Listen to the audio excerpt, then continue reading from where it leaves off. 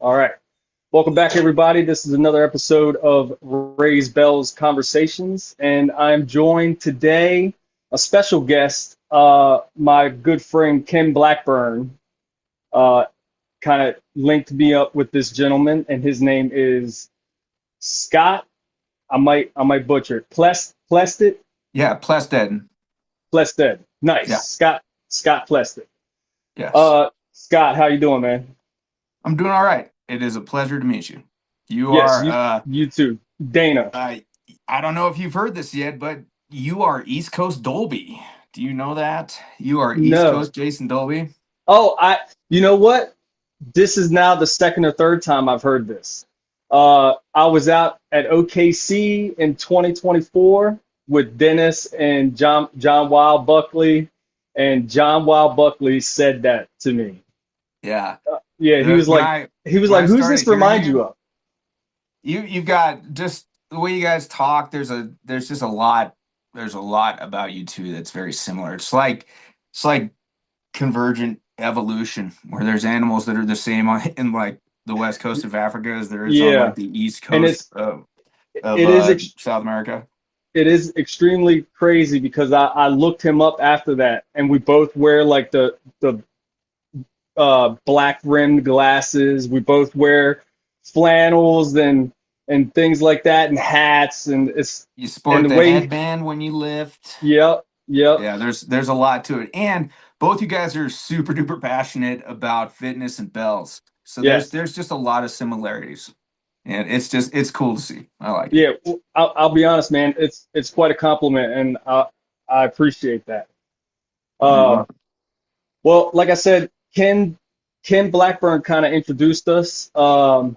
He reached out and was like, "Hey, look out for Scott Plested signing up for the AAKO," and uh, and he told me a little bit about you, and he said he would be great to get on the podcast and kind of chit chat with. So I had to reach out, man. Thank you.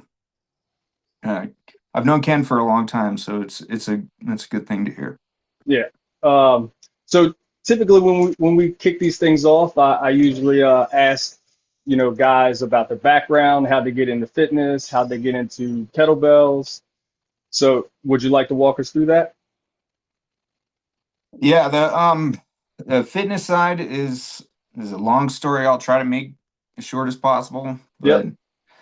I've always been a pretty active person. When I think I had started swimming lessons, before I was one or something, like doing water babies. Hmm. And I swam a lot as a little kid.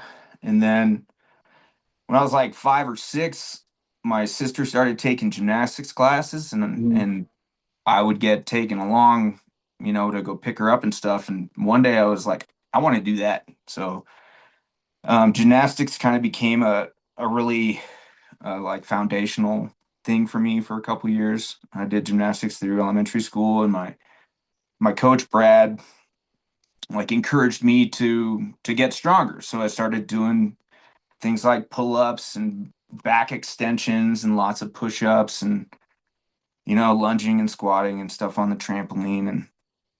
And I eventually got into like all the typical American sports, played, baseball, flag football, basketball, soccer. Um, at some point, I started getting really into skiing, and I started skiing when I was little, but I got into ski racing. Uh, I forget, maybe 9 or 10 or so, and eventually I went to a boarding school to go ski racing. I went to Junior Olympics a couple times. Didn't do great. I got an award the first year because I started 89th in the downhill and ended 35th, and that was like the biggest jump Oh of wow. bibs.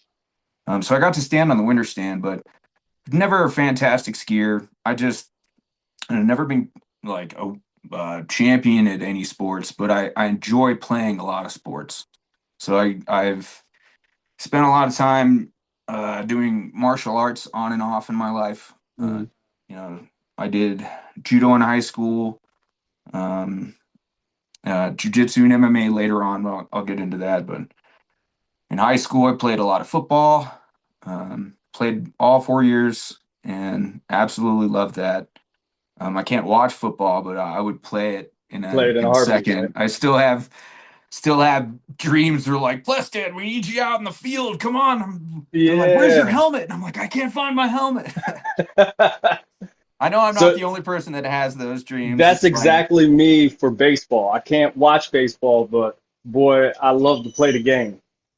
yeah, so football football is a lot of fun. I started lifting for football. Hmm. So, you know, the you know, classic gym rat, uneducated lifting for football. So I Hmm. was focusing on bench press and curls, which obviously make you a better football player. All the Um, way. but I think my junior year, one coach started teaching us like power cleans off of milk crates, Hmm. and so training started to change a little bit from there. Um, College is a different story. College is where I learned that I would rather be healthy and exercise than party too much. Right, So right.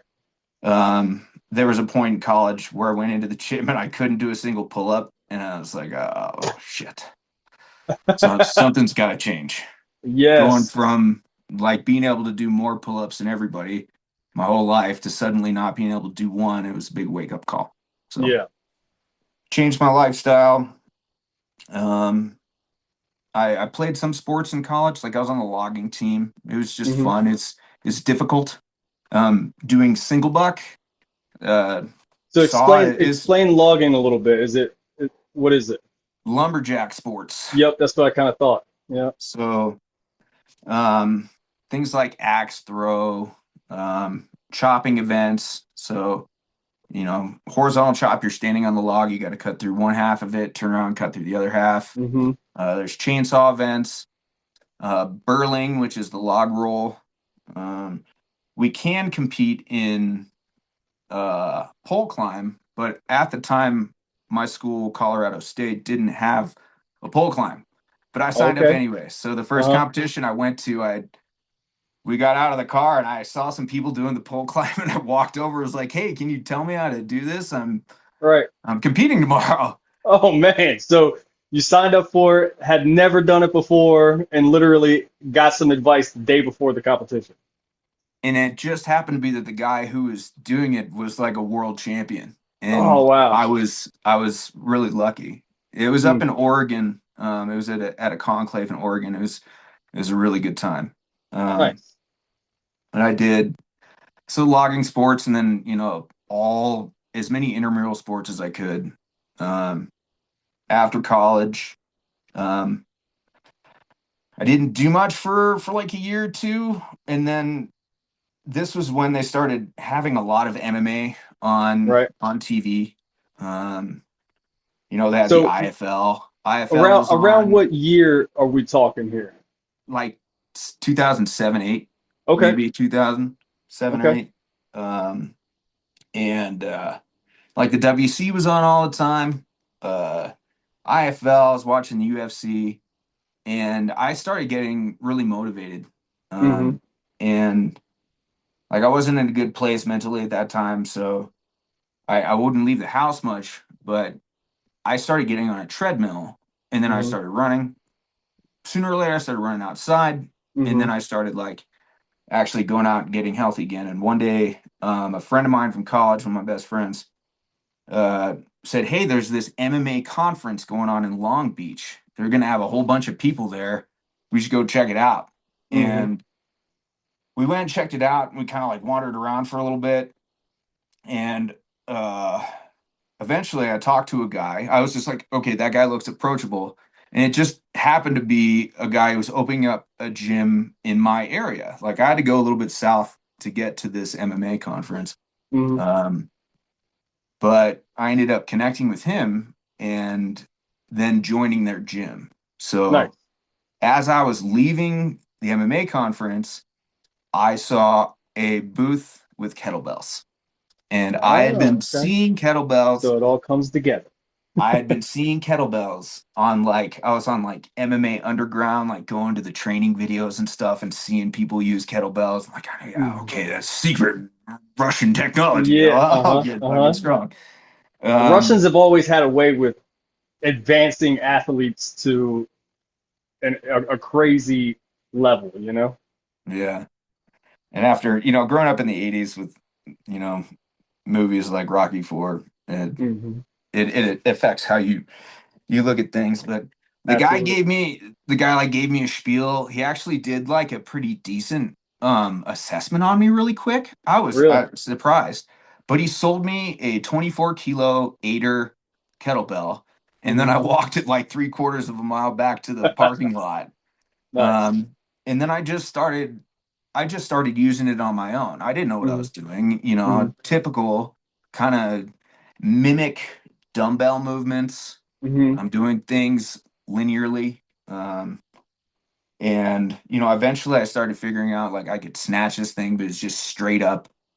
But if I tried to clean, my version of cleaning was to come straight up and like turn my wrist around and then twist Hmm. all the way around like that, and then come Hmm. back down like this. And it's like Hmm. this funny little dance that I did. Um, I like to talk about when I first started cleaning. I would, you know how like you see the CrossFit Games and the Rogan Invitational, and they'll sometimes have, kettlebell clean and press, right? And they like from ground to shoulder, and then they press way out here. That's exactly what my clean and press used to look like. Yep. I would just bring it up from the ground, way out here like this, and then press up. I see those videos now, and I'm just like, shoo! I'm so glad I have a little bit better technique now. so um, eventually I decided I wanted to become a fireman, and so I started getting in shape for that. And in the process of getting in shape for that, I was working out with a friend, and then I was like, I I really like this training thing. Yeah. And I've always like the training montage is my favorite part of every movie. Yep. So I'd like to live that way. Mhm.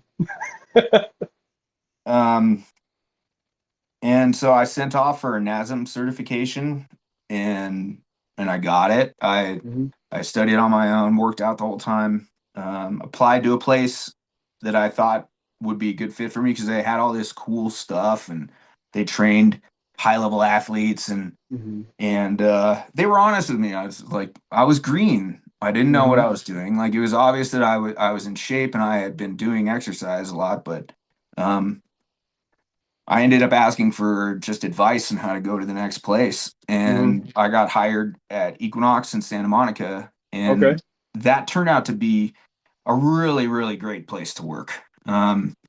They're, you know, the mixture of having so many like knowledgeable coworkers to work with and Mhm. then their in-house education, it was just a great place to develop as a trainer. So Right. that's where somebody introduced me to a competition bell, Mhm. and they said, once you try this, you'll never look back. Right. And then they said, you know, if you want to train your clients with kettlebells, you have to get our certification, and that's through Jason Brown. I don't know if you know who Jason Brown is. He does Um, kettlebell athletics. hmm. Kettlebell athletics actually sounds familiar, but I don't think I've ever heard Jason Brown before. All right, so Uh, he's so are we still talking about maybe 2007 to 2010 era, or are we yeah, a this has little gone a bit couple further? more years down, so we're closer to Okay. like 2000, yeah, 2011-ish, 12. Okay. I'm at Equinox. I take a couple certifications from Jason Brown, kettlebell athletics. He did a really good job. Hmm. I highly recommend him. Very, very good trainer and educator, and he's Is great with kettlebells and jujitsu as well. Oh, good. As Yeah. far as like his certification goes, what all did he kind of teach? Basic, you know, if I were to compare it to the IKFF, where they teach level one is the basic six, right? Swing, clean, press, push press, squat, snatch. what would be what did he kind of teach you? And it's hard to remember because it is a while ago. Yeah. The the thing that really sticks in my mind that actually stuck with me because I ended up using that Mm, teaching people and explaining things was one of the first things he did was explain what he called the difference between rectilinear and curvilinear movements. So okay. that's basically between doing a straight up, like clean and Mm-hmm. press or swing, and then doing more of a curve, you know? Okay. And Okay. so he taught us basically like the difference between hard style and sport style. Mm-hmm. It served as a really good foundation for that and how you could do it either way, Right. and then teaches the basics about the certain lifts. It's a little bit of a blur. I can't remember all of That's it. That's the that's main part I understandable. remember, and Which is he did a I great think is job. extremely important. Is especially when we talk about efficiency, right? And different styles of you know people's body mechanics and how they use their body, right? Yeah, Because you see a lot of great athletes who have a very straight on snatch. Perfect example, Dennis Vasilev. But then you see Ivan Denisov, who has a very out like a out to the side, yeah, and it snatch. almost follows like Mm-hmm. you know just it's still on a curved path, but it's also very linear in itself. But Yep. I mean, it's he was explaining it in terms of like a dead stop snatch, like where you're coming straight up from the bottom. Okay. I got So you. in just like basically the path that the bell is following, whether it's Okay. going in a straight line or in a curved line. Oh, So okay. So being trajectory. the curved one is more or less the one that you're going to use for, your sports style snatch where you're going to like Yeah. the trajectory is more like a J, Hmm. coming in and out. Yeah. Got it. And how like if you were to do more like of a squat style swing, Mm-hmm. that would be more like your body is going more up and down, and so that would Got it. be more of like the rectilinear swing as opposed to the curvilinear, which is more pendulum like. Right. So um, after that, I actually didn't feel comfortable teaching people kettlebells for a while. Mm-hmm. Um, but the next certification somebody told me about wasn't associated with Equinox, and it was the IKFF, and it was in Oh. El Segundo, and it had so this I don't know. It was around 2011 or 2012, I think. But uh, Steve Cotter was there. Steve Cotter, Ken Blackburn, Jason Dolby, John Buckley, um, and it was a huge class. We learned a ton of stuff.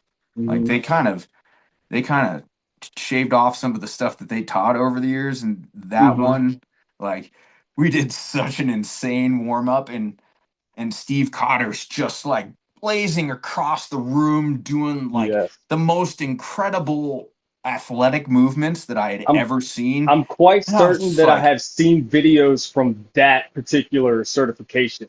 Was he and like dropping down on his elbows and doing like yep, hardening training and stuff? on the basketball court, Yeah. and he was showing everybody, and like he did this kind of like low lunge walk where he just like gets in a lunge position and keeps his body still and just walks across.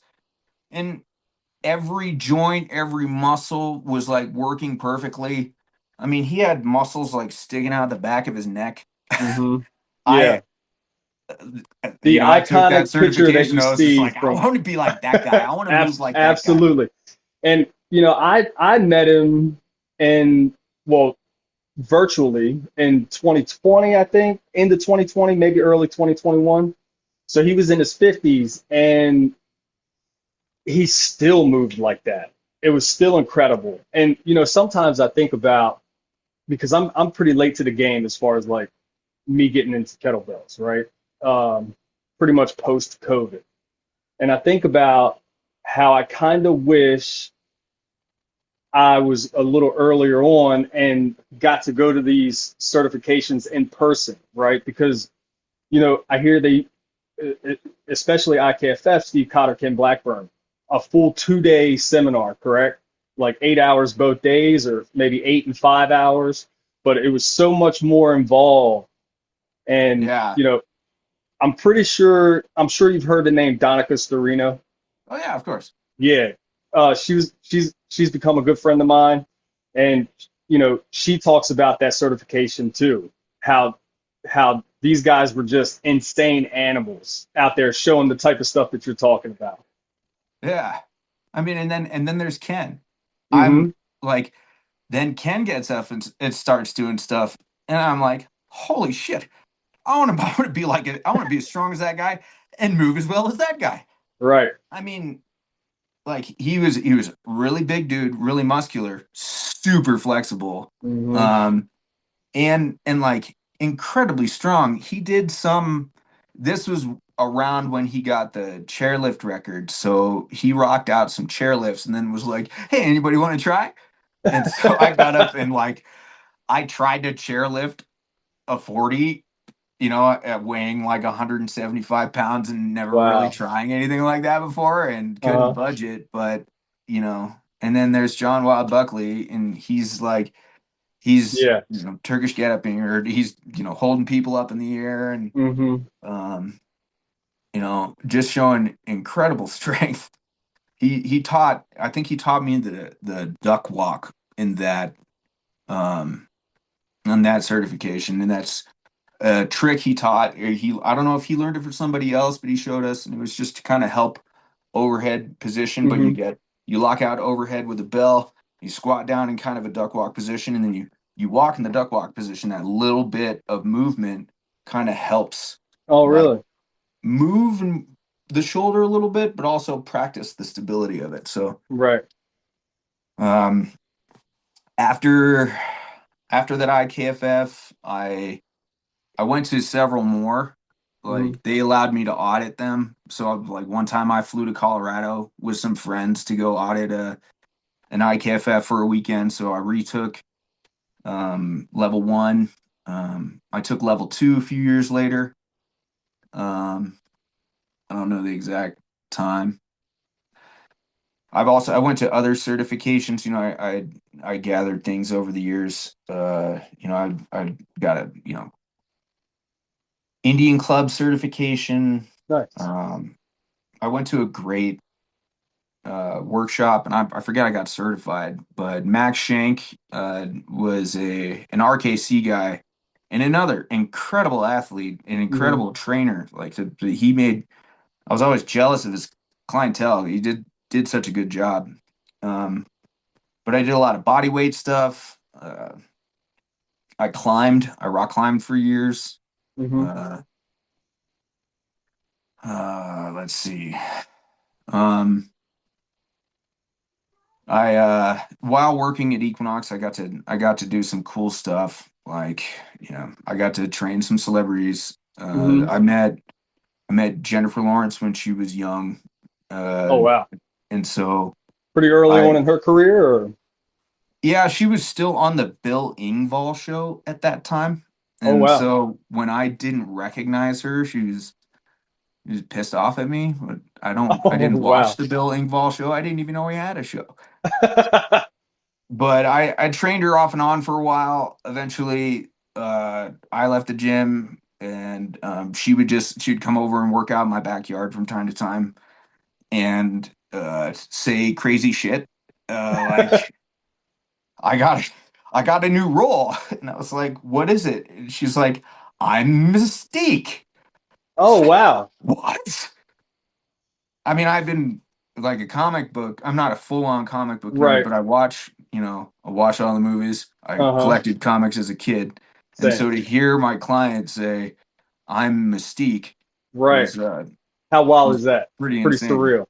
Yeah, it was surreal. But kettlebell story with her Hmm. was one time I decided that I was going to teach her how to do swings, and while practicing, we were kind of joking around and stuff, and she started doing the swing with improper form and kind of like exaggerated posture, and she was making faces. She's making me laugh. And I allowed myself to kind of go along with this. And she was doing bad form with a Hmm. 24. So with a 24 kilo. So Hmm. unfortunately, she got like her low back got super duper pumped and Oh, probably ended up getting DOMS in her low back. And I basically like sidelined her during one of her episodes of the Bill Engvall show. Said she was crying in the backstage because her back hurt so oh much. wow.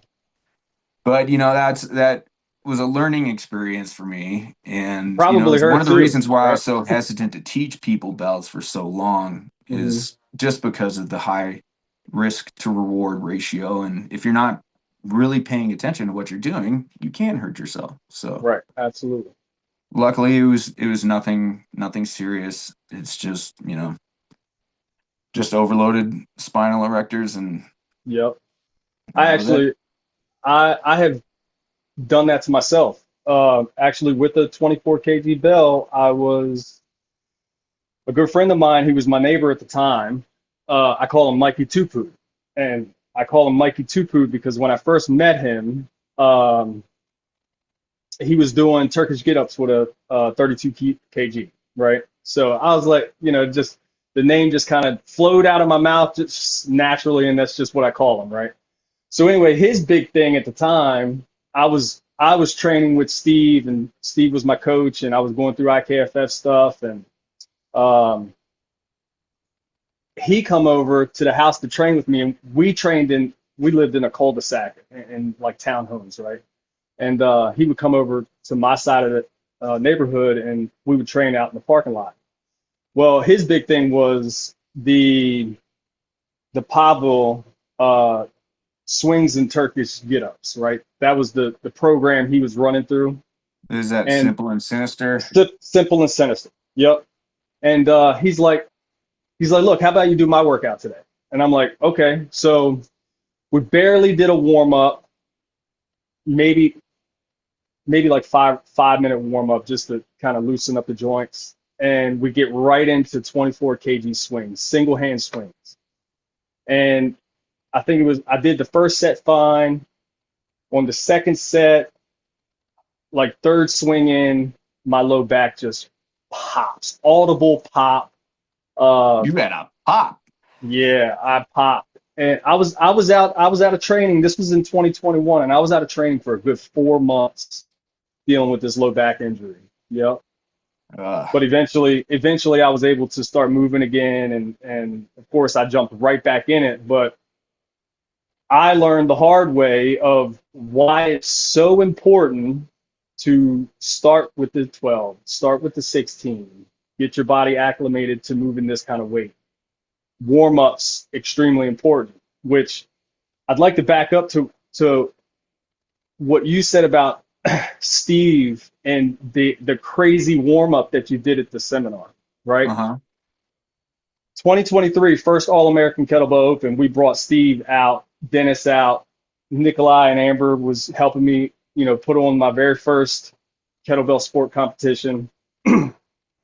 And Steve agreed to warm everybody up on the Sunday, right?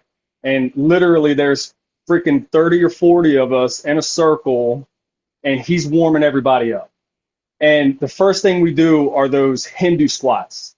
And he does like 100 of them. And you know how he starts you out real nice and slow, and then he speeds you up, right? And before you know it, you're doing like 10 air squats in 5 seconds, because of how fast you're going. You got to Well, get to sports speed. I know. And that warm up like destroyed my legs, and it completely like ruined my snatch event for that day. Oh man. And Nikolai was like, yeah, probably wasn't the best idea to run everybody through a 40-minute Steve Cotter warm up. Yeah. That the warm up from that original IKFF was was impressive. I mean, I just like I'm also a massage therapist. I'm a trigger point therapist. Wow. And one day at school, I decided to, or I asked if I could put everybody through a joint mobility. So I just did the joint mobility that Ken Blackburn had taught me. And just from that, everybody had to take a nap afterwards. So um, just doing that and a Steve Cotter warm up is that's a workout in itself. Um, Right, absolutely. And if you're not used to it, that's definitely, like you said, it's a workout on its own. Steve Cotter has this. It's a approximately a 28 or a 29-minute video on YouTube, and there's no speaking. It's it's just there's no music, no nothing. It's just him, and he goes through this warm up, and I love to give it to people, like give them the link to it to say, if you think you're in decent shape, try this, right? And everybody says, "Oh my God, that was brutal." but things like that, those types of movements, the mobility stuff has Hmm. always kind of it has just found its way into the background of my life and has been kind of the, you know, it's kept me going. Hmm. Uh, I've done I've done a lot of sports and activities over the years that have put a pretty good beating on my body. Yeah. Um, and I can still I can still move around really well. I'm Hmm. 44 years old and I still have excellent mobility and flexibility. Um, and Yeah, you look uh, like you're in freaking great shape. I uh, even if I'm not in good shape, I can look like I'm in good shape, but I am in good shape right now. I'm Right. trying. So yeah, I've been lifting a lot, but I am always, several times a day, I'm doing some sort of mobility Every that day, I right?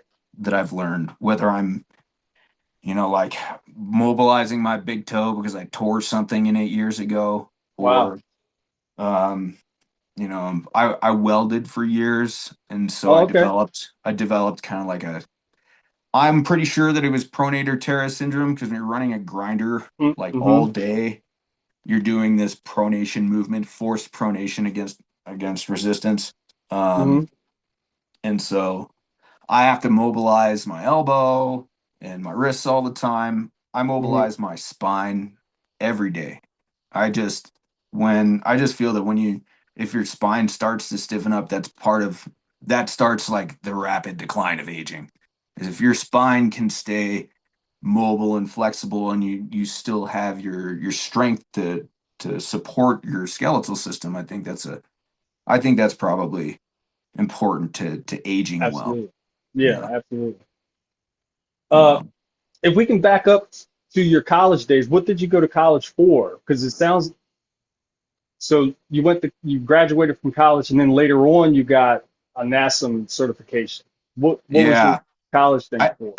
I didn't want to go to college, Uh-huh. uh, but my parents made me, and Oh, so that's I made I you better just kind for it, I of bet. I just I just wanted to study things that I wanted to study, and Hmm. eventually I started with psychology. I love psychology. I still Oh, I do too. read about it all the time. But I took an anthropology class, and it was a mixture of all the things I like. Hmm. I'm a pretty classic ADD kid. I Hmm. can't sit still. I want to be everywhere. I want to do everything. And so going to college, it's like I don't want to just study one thing. Right. And then all of a sudden it's like, ooh, anthropology, you can study like sociology, a little bit of psychology. You've got archaeology. You study anatomy. Hmm.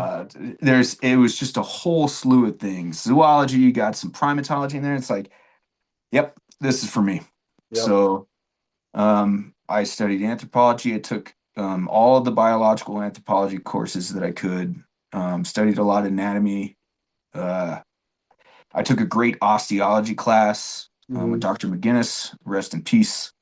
Um, that the osteology class really set up kind of some of like my intellectual interpretations of fitness and reasons why I wanted to exercise. Okay. I learned about Wolff's Law a long time ago. So Wolff's Law is to sum it up, it's your body will absorb bone from where it's not used and then go place it where it is.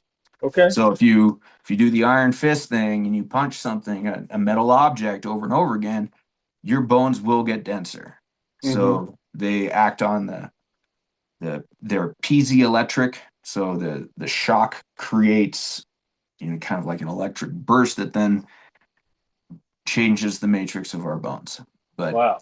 this can your bones can get stronger just through strength training. Mm-hmm. So understanding muscular attachments, like if sometimes strength isn't completely neurological. The size of the muscular attachment does have an effect on the ability of how much force can be transferred. Right. So, And so you're talking about tendons and like insertion points. yeah. Mm-hmm. And basically, if you were to use certain muscles a lot over time, you'll actually change the bone, the bony attachments.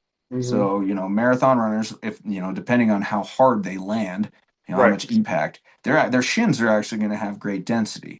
Mm-hmm. So that kind of affected the way I looked at my own fitness. And so I like started doing things, just little, what I would call sprinkles, like micro Right. doses of exercises. I've done lots of grip work over the Mm-hmm. years. And, um, for martial arts, I tried to do the Iron Fist stuff. There is a limit though. Right. Once something gets dense enough, it becomes brittle. And Mm-hmm. so if people break their hands, there is a limit. Right. Um, but yeah, I'll go off on all sorts of tangents. Well, I mean, we can just keep going. So you had a great understanding of what Steve Cotter was teaching when he's teaching those body hardening movements, right? So when he's falling, elbows on the ground, you were probably super intrigued, but also you understood exactly what he was teaching and where he was coming from.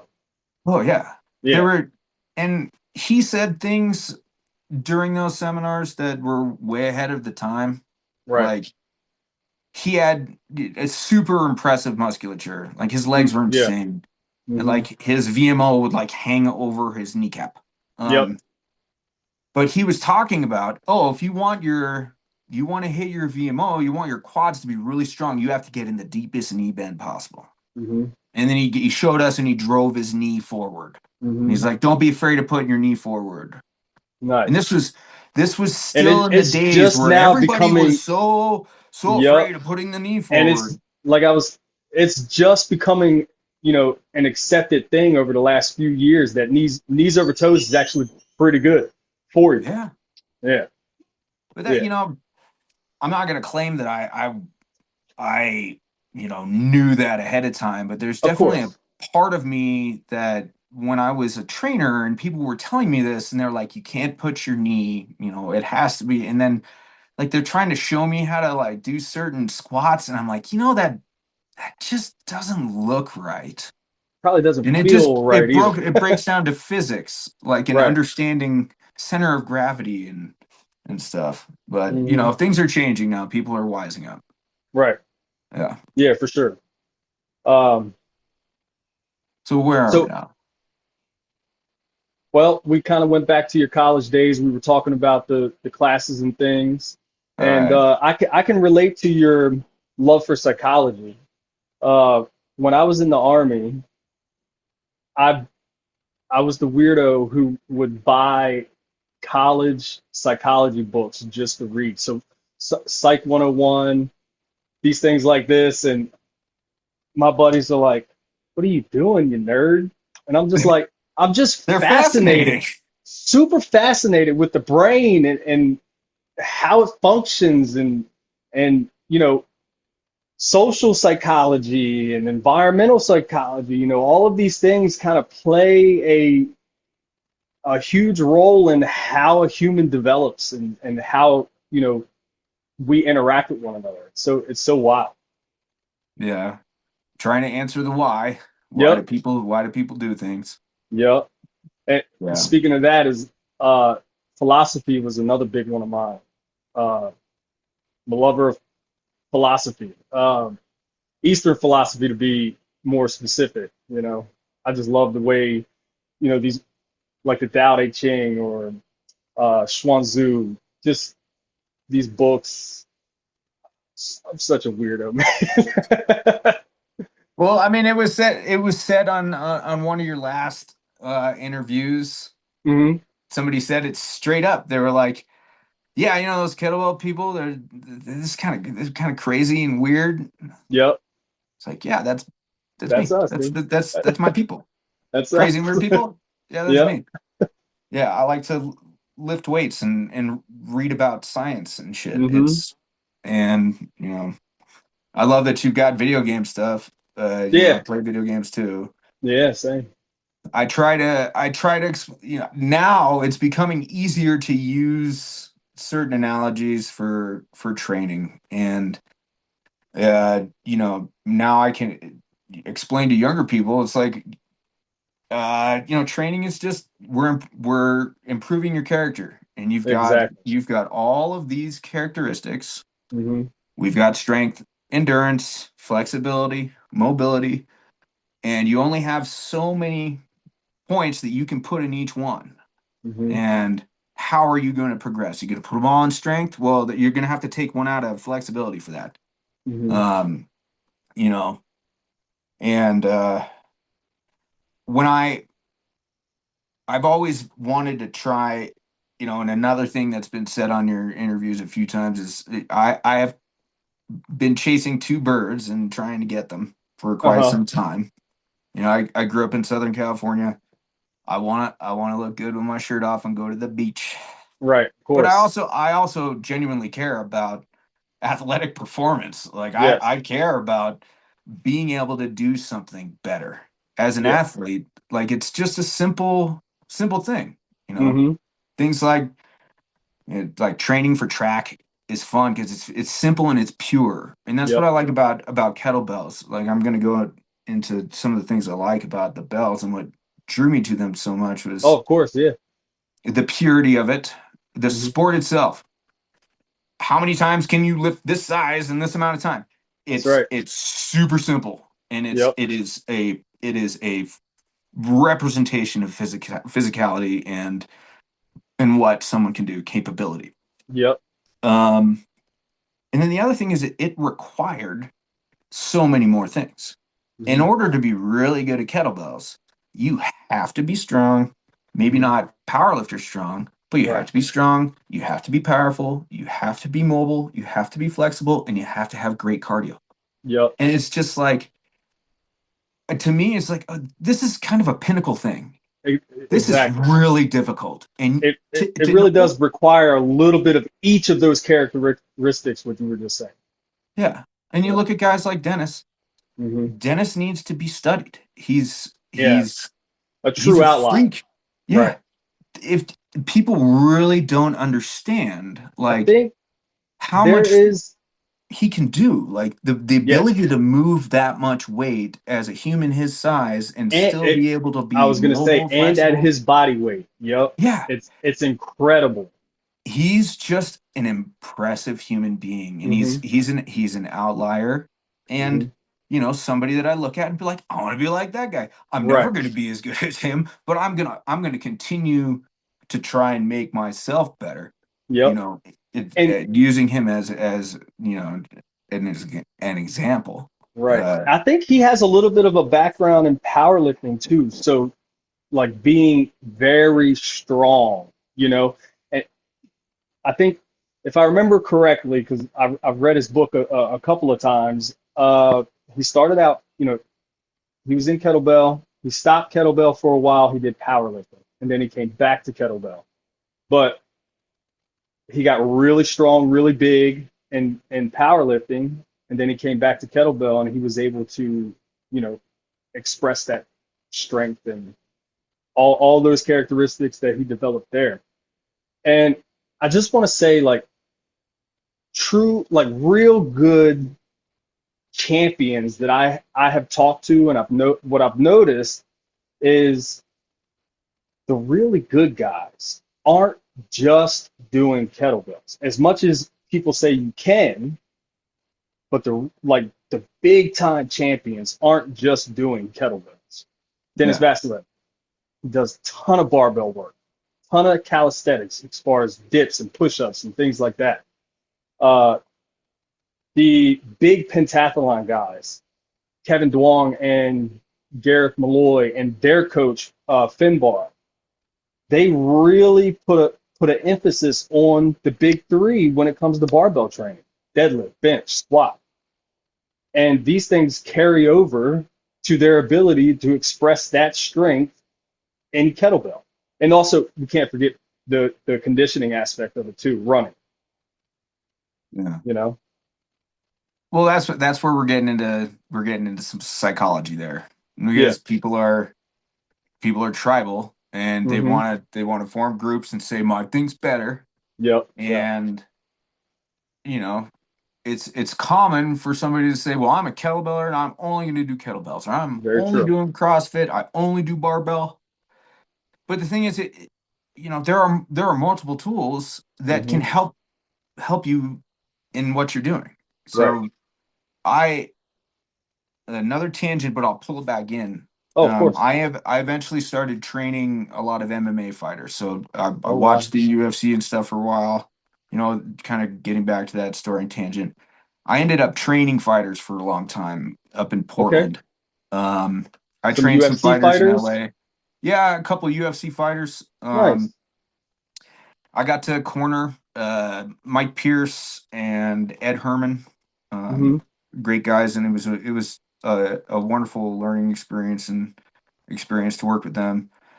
I feel that one of the training programs I did with Ed Herman was like I was like a personal uh, achievement for me, because we I did exactly what I was told to do, and really get on board with all the coaches and mm-hmm, find out what the game plan is, what the strategy is, and how the best way I should train for that. And they told me what we wanted to do. They said they mm-hmm, wanted to work the clinch and knees, and so I ended up putting in a lot of stuff where he was doing, like extended holds with he would have specific grips, so it wasn't like an easy grip. But I worked mm-hmm, his lats. I got that pull strength so strong, doing some hip flexor work, a lot of sled work, mm-hmm. and he got knockout of the night with a clinch and a knee. And Wow. that I will always kind of hold dear, because I You did my helped him to job get well there. at that Yeah. time. Yep. So um, That's incredible, man. not every fight is like that. Not Mm-hmm. every training cycle was like that. Right. We're all human. But I trained a lot of amateurs, and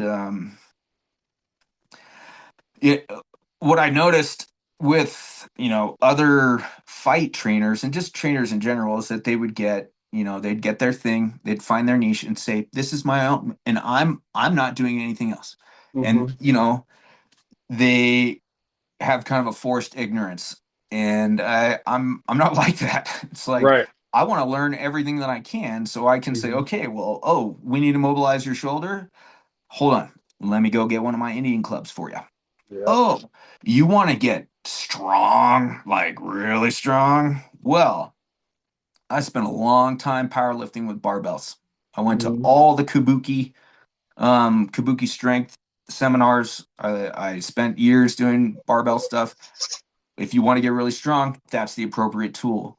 And so when you're training for whatever event, you shouldn't limit yourself because you want to be dogmatic for some Right. stupid reason.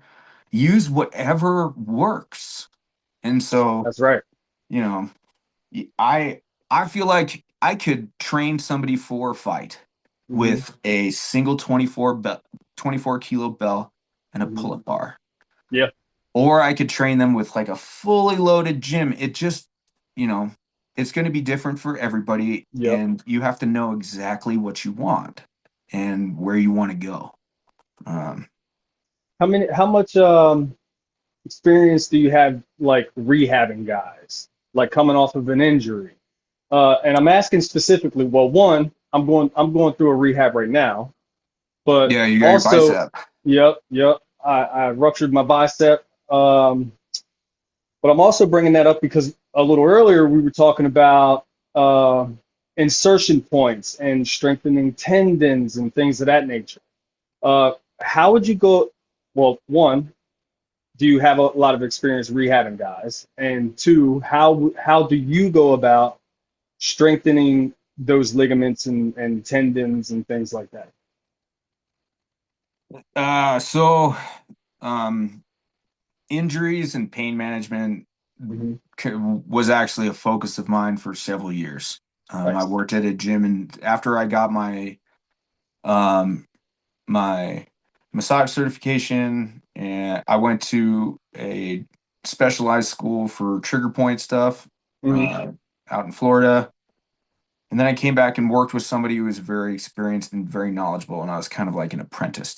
And so Nice. for 2 or 3 years, I did pretty much that. Every client was basically treated like a patient.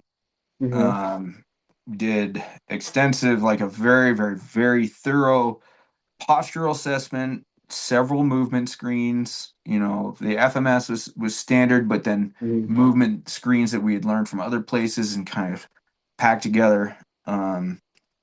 And then extensive nutrition panel, like a bunch of stuff. Try to find out as much as about this person as possible, and Hmm. then start from the absolute basics. It's like somebody comes in for back pain, and we say, "Cool, let's talk about your diet and your sleep today."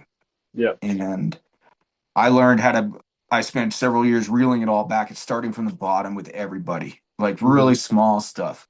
So everybody starts off, most likely getting an elimination diet. So we're going to figure out if you have any systemic inflammation that could be part of your diet. Is it Hmm. coming from your diet because you like to eat, Takis for lunch every day?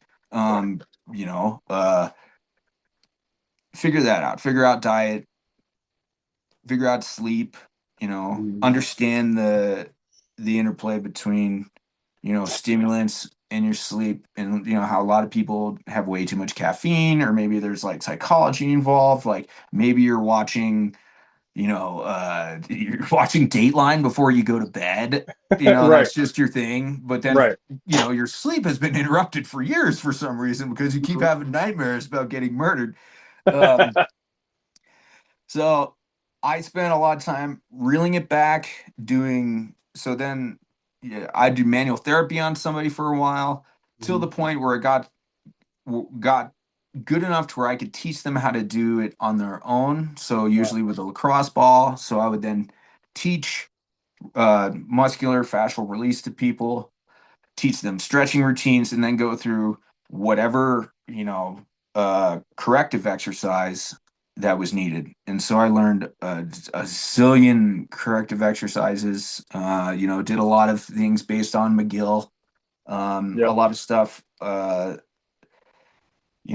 things, learned from, great coaches like Ian King. I learned a lot of Czech stuff. The guy I worked for was a Czech practitioner, so they knew Paul Czech stuff, and that can be very holistic, Hmm. extremely detailed. Czech practitioners are always very, very educated and thorough.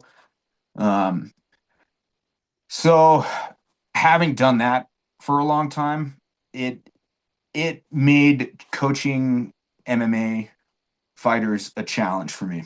And Hmm. it really, the greatest challenge of it is, how do you train somebody who's going to come back to you injured?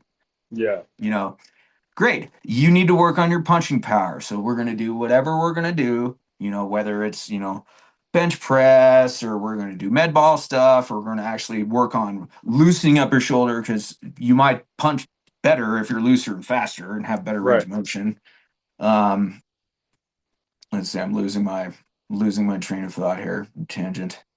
So I would end up doing an assessment on each fighter, trying to figure out what their issues are, assign them their particular rolling, stretching, and correctives that they had to do, and then adjust their programs accordingly. So if somebody's coming to me with a low back issue, they're going to get a low back routine, like Mhm. based on their pain.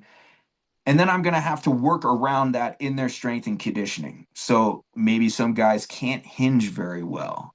So Right. I'm going to have to figure out how to get an explosive motion out of that person. Um, you know, some guys, it's really common Hmm. for MMA fighters to have very limited overhead. So their overhead position is like here, just Yep. because they have jacked up their shoulders so many times from Hmm. either punching or getting it torn up in jujitsu. So overhead movements then are not allowed. You Okay. gotta figure out how to adapt and go on to the next thing. Right. And but I ended up getting into uh, a lot of nutrition stuff, and I'm not a nutritionist. I'm not going to claim to be, Hmm. but I've learned a lot of things over the years. I've done a lot of diets. The guy I worked for in Santa Monica made me read stuff. He wanted me to be smarter, so he'd say, "Go read this book. Go read this book. Right. Read these articles." And I found myself being kind of good at helping people manage weight. So I Cool. helped people cut weight for a couple years. And that in itself is a lot of fun. Um, because it can be really easy to lose weight. The hard Right. part is being able to still perform Yeah. if you can refill. Um, One thing that I heard more than once was my fighter came back to me and said, really weird. The doctor told me my vitals were better than everybody else's. I Hmm. was like, what? And it was like, okay. But when I paid attention to how other people did things, a lot of people, when they do um, weight cuts, kind of do it ham-fisted, and they don't they don't really know what they're doing. I mean, Wow. there's you can my main thing was to you got to cut your calories, but don't necessarily cut your nutrition. Like some people put those two together. It's like Yeah. you can still get vitamins and minerals, what you Hmm. need for your body to function correctly, Right. and lower your calories. But Hmm. for some reason, people have those things connected, you Right. know? And so I would have my guys eating things like egg yolks and spinach and steak. Hmm. Um, the ketogenic diet works extremely well for managing weight. Hmm. Just because if once you cut carbs out, you're gonna, depending on how muscular you are, you're gonna lose 5 to 10 pounds of water weight just immediately. Absolutely. Um, and so that's an important tool that you can use in the process. Hmm. Um, but How do it, you find the ketogenic diet works for sport lifters? I do not, I do not recommend it for any person trying to perform Yeah. unless you have really convinced yourself that you can perform better in a ketogenic diet. That's the only Right. person I would recommend it. Hmm. Yeah, uh, unless they're doing like the what's the big dog race in that's I would recommend a ketogenic diet for that. But you know, you can't perform as well on Hmm. a ketogenic diet. You don't have the same pop. And I would explain this to people. This is a tool we're using to help you lose weight. Right. When you go into practice, you're not going to have as much pop, and you're not going to feel as strong, and also your mood's going to be off for a while. Hmm. Um, Hmm. but you are going to lose weight. It's going to be easier than you think. Yep. Okay. And I set it up so people have stages depending on, you know, however they are in their life at that point, what they're Right. used to. Um, So to manage and lose weight, maybe hopping on the ketogenic diet for until that weight loss is where you want, right? What what do you recommend as far as like, okay, now we're going to start adding back in your carbs, right? With can you do that in a way that's not going to skyrocket their weight back up, right? Because you know, ain't that's usually the thing, right? Somebody will do a diet for a little while, lose weight, and then they go back to eating normal, and they just gain the weight right back. yeah, it's it's common for people who come off of their first ketogenic diet to blow up, and a lot of it Hmm. really comes down to the choices of foods that you eat. Right. Um, how much you're getting in, and I don't know the exact science and numbers, but Hmm. you just don't want to overdo things, is what Right. I've learned. And you have to understand that, life, the body is reactive. You can push on it and then it's gonna react in a way that is Hmm. kind of predictable most of the time. And so with with fighters, almost always we just cut out all the carbs at the end because we're going to be cutting water weight um, before your weigh in. And then we Hmm. want you to gain weight afterwards. So that's a great time to do it. But Right. what I would just have people focus on the water uh, before the food when they're refilling. Hmm. I would try to explain, like, your your digestive system is a slimy muscular tube, and you are Hmm. super dehydrated right now. So don't put food into that slimy tube that's now drier than it should be, and it doesn't Hmm. have what it needs. Focus on the water first, start small but frequent, and then after a little bit, you can start drinking larger amounts. Um, there's like there's a lot of tiny nuances and things like during the actual weight cut itself. Like some people would, they get dogmatic and they want to be extreme. Like the sauna has to be the hottest possible. It's like, no, it doesn't. Right. It just has to be hot enough for you to sweat. That's Yep. it. And little things like that. And also, you can reach a point where you may have stopped drinking water, but you can take teeny tiny little sips and you can actually eat something. Hmm. So in the middle of like the actual weight cut, some guys and ladies would get a spoonful of honey with a little bit of salt on it, put it in Hmm. their mouth, let it sit for a second, swallow it. And as long as there isn't too much salt, because if there sometimes if that'll actually make you gag. Sorry, Paul. Um, the but what happens is that you're depleted and you want something and you mainly want water, but your body is actually really happy to get some sugar and some salt in it. It'll actually then help you pass a little bit more water. It brings in a demand. It's like, oh, well, we need a little bit of water to Hmm. process this honey and salt. And so they get some calories in while they're hypocaloric, and Hmm. they're not as depleted. They actually Right. get a little bit more in their body to sweat. They've been depleted of sodium as well. So little things Hmm. like that. It kind of breaks from old, you know, traditions of things. People just be, stupidly adherent to old traditions for no reason. And, there's people are still having trouble with weight cuts. Hmm. Um, every time I hear a story like, oh, this person had a horrible weight cut, first thing I want to know is what'd you do? Right. Tell Right. everybody what you did so nobody else does that shit. Exactly. We need to know. Right. Um, and since almost all of my people did really well, they may not have won their fight, but their weight cuts went well.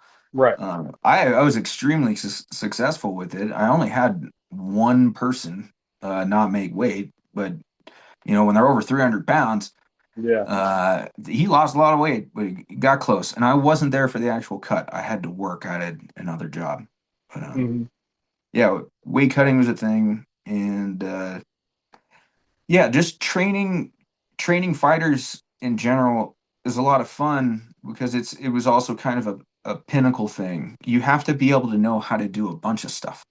Right. It Um, sounds like you have to be extremely multifaceted, right? yeah, you have to Yeah. be well rounded. You have to Yeah. understand a lot of things, and you have to have enough experience to know when to use something and when not. You Hmm. know, like in things, it it was it was fun and fascinating to me because sometimes I was training one guy, super duper athletic, and then I'm looking at him run on the treadmill, and he's got a really funny gait, and it gets worse when we put the incline up, and then I start asking him questions, and I'm taking his shoes off, and he's like, "Oh yeah, I can't bend my big toe back," Huh. and so he had such an altered gait from the fact that he couldn't Yeah. dorsiflex his Hmm. hallux, and so I had to think of a way to train around that.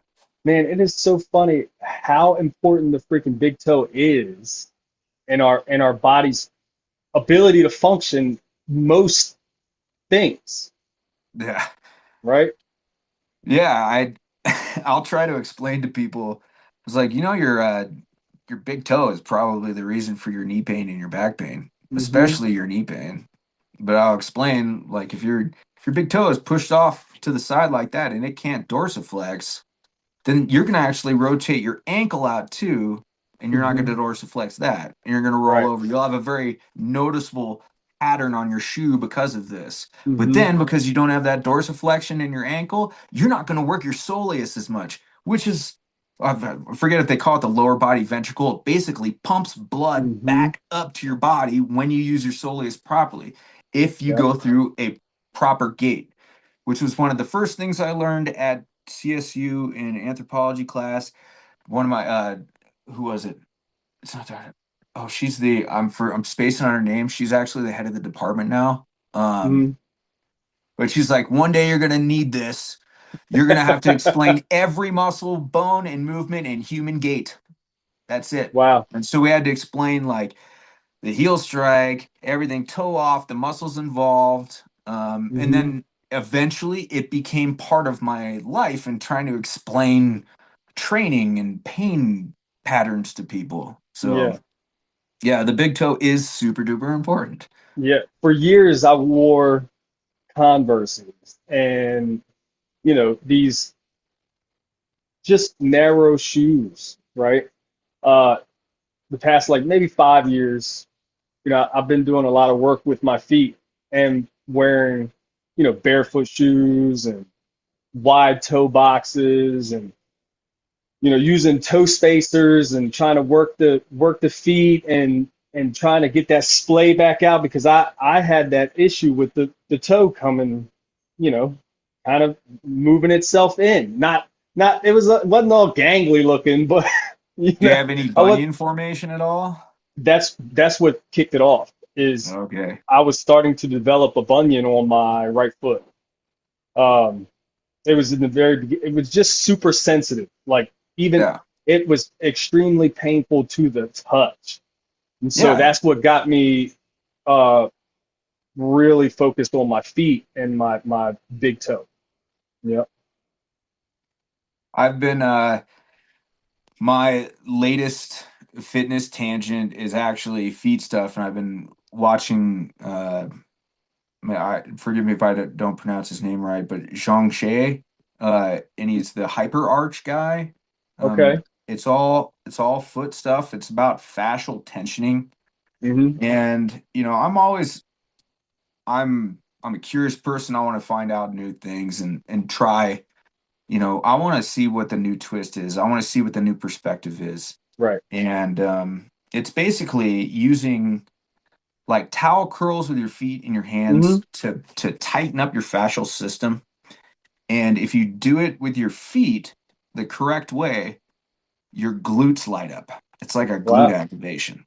So I've been using that as my warm up and activation for my work for the All American Open coming up. So Nice, I've nice. been doing that So, for about a month now so are and you noticing the seated? difference. Are you seated with knees at a 90, and then so I'm trying to picture this, right? So are you kind of engaging the hamstrings and the buttocks as you're sitting here, and then you do the toe curls? I do them seated sometimes, just kind of like filling the time, but when I'm doing it Hmm. for a workout, it's standing and it's with a towel. Okay. You're on one foot's planted on the heel, and then the working foot, the heel is raised off the ground about an Hmm. inch, and the toes are just slightly in front of the other foot. And then Okay. you have to plant the ball of your feet, raise the heel a little bit, and curl the toes in a way to where you Hmm. see the tendons sticking out on the top of the feet. Hmm. And you do it. I'm doing it for 3 minutes at a time now, and it's like I'm really surprised at how much glute activation I get out of it. Right. So I'm gonna kind of follow this tangent for a little bit. I'm gonna do it Hmm. with my feet and with my hands. I'll do my hand before my pressing day, so I did that today. Um, but I would like to get into your training and what you're doing for the All American, but I'd like to back up to your repair stuff. Uh, and can you kind of go over your knowledge about tendon strengthening? Um, and what role does isometrics play in this? um, isometrics were actually one of the first things I ever learned in Hmm. terms of strength. Uh, a former Marine, a guy that I like looked up to as like kind of like a tough guy. Hmm. He was like, "You want to get strong?" And he taught me, he's like, "You try and push the wall down." Right. And then he would have me go over to a counter. He's like, "Try and tear this counter off." He just had me doing isometrics and Hmm. doing, you know, full blast is full effort. Hmm. Um, This is like one but of my favorite questions. The role of isometrics, one in repair, but also like in getting stronger, right? Because yeah, again, when I was in the army, we used to stand over top of each other and just hold our buddy down, and they would have to try to push us up, right? uh-huh. For like push up Okay, so an isometric. isometric push-up. Yeah. I think isometrics are really powerful. Hmm. It's another tool that you can put in your Hmm. trainer toolbox that you can Right. use. And the thing about isometrics is that there is no limit to how much you can try, Right. how much effort you put into something. And so there's a lot that can be said for that. I actually learned a really great activation from Max Shank. But you take like a martial arts belt, you um, throw it over a pull-up bar, and you kind of bring it down at a 45-degree angle, and you get Hmm. into kind of like a chopping motion, and then you just hold that Hmm. chop position in an isometric, Oh and man, it I can just really imagine lights you up in a great lighting way. that chain up. Yep. It's Hmm. it it's like an anatomy And trained it y- thing. and It's especially because the what is it? The fascia chain comes up across the body, right? yeah, the oblique It's not sling, I just. think. Hmm. Yep. Yeah. Um, So I had a lot of fighters doing that for a while. Hmm. But I think isometrics are I just do them all the time. Right. Right. um, but I while I was rock climbing, I got into kind of like started thinking about tendon care and stuff because I overdid the climbing and my hands hurt. Hmm. Like I climbed so much that my bones hurt. My radius and ulna had so much strain on them from my climbing that my bones just ached. Hmm. And I think I read um, Training for Climbers. I think it was like a book that I found in REI, and they talked about how tendons actually take a long time to heal. Hmm. And so you need to train them in a different way. And they Right. basically like they were just explaining how to how to control your volume as a climber for training purposes and doing like fingerboards and things. You know, staying properly hydrated and getting good nutrition. Uh, where I am now, I was when it comes to like tendons and attachment strength or in health, I'm big on manual work. So Hmm. I believe in the power of manual therapy and like tool use, scraping. Scraping's great for kind of realign or loosening fascia since fascia is kind of stuck on itself and Hmm. we have layers of it throughout everything.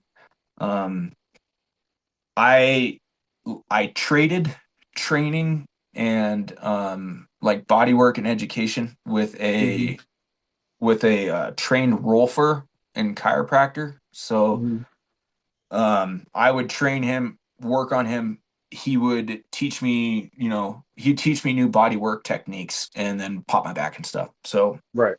um his approach to um rolfing, he worked a lot of tendinous attachments and he would do cross fiber strokes. So, you know, for your bicep, we would be like I would scrape your bicep for a while, do a superficial Hmm. scrape over the fascia. Um, you know, make sure that I'm loosening up the fascia a lot. I'd mash it down a little bit, kind of loosen up. I'd see if I could get some trigger points throughout the belly of the muscle, maybe some Hmm. near this attachment. But where your injury was, I would be doing some cross fibering work and Hmm.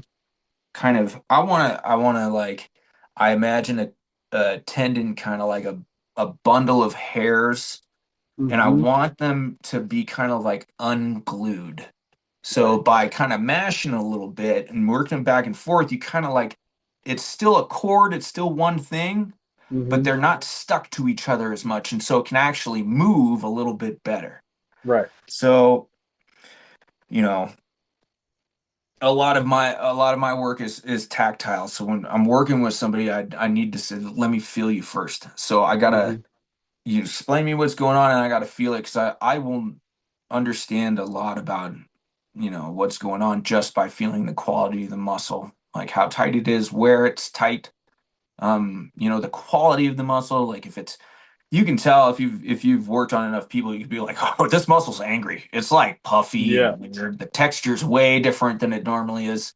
Uh-huh. Um, uh, but when there's like an acute, if an injury has happened soon, things have to be super light. It's just about kind of like being nice to it and allowing Hmm. blood flow and the healing to start. But then once like you're starting to get into the healing process, you do kind of need to fiddle with things a little bit to make sure that it's not you don't want it to heal in kind of like a shortened state or Hmm. a non-functional state because that can happen. Right. So you know getting back into movements, allowing full range of motion and then range of motion under load, Hmm. and then going back after like an assault, or I'm saying an assault, but working out as a stressor on the body. If you've an Right. injured thing, you're going to stress it. When you're healing from that, that's when I'm going to go in. I'm going to do a little bit more work on there, kind of be nice to it. And then as the intensity of training increases, that'll change how you would approach the soft tissue work, but then soft tissue work slowly going to go away and Right. be replaced with more of a stretch routine. I've, in my own experience, I've found that if you work a muscle, if you do body work, you do enough, uh, fascial release on something, you make it strong and functional through a range of motion. There's going to be a point where you don't need to maintain it anymore. Right. If you do need to maintain it, it most likely um, just be maintained best through some stretching and movement. And Right. usually, you don't have to go back and work on something unless you've kind of re-injured it in a way or irritated it from a new movement Hmm. pattern or something. Scott, I hate to interrupt you real quick. I want you to continue, but one of my lights in here is giving me some kind of like strobe action. I need to go fiddle with it and see if I can't get that to stop real quick. Sorry Okay, about I'm that, gonna man. eat a gummy bear. Nice. I should be eating dinner, but I worked out a little bit ago and I'm low on calories. So I'm gonna have gummy bears.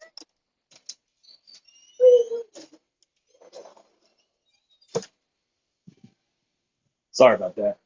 Yeah, All I, good. I was trying not to pay it any attention, but I was sure you were noticing it, and then eventually I'm just like I'm feeling like I'm in some sort of club situation, and I, I had to do something about that. It is all good. It's all Mm. good. So please continue.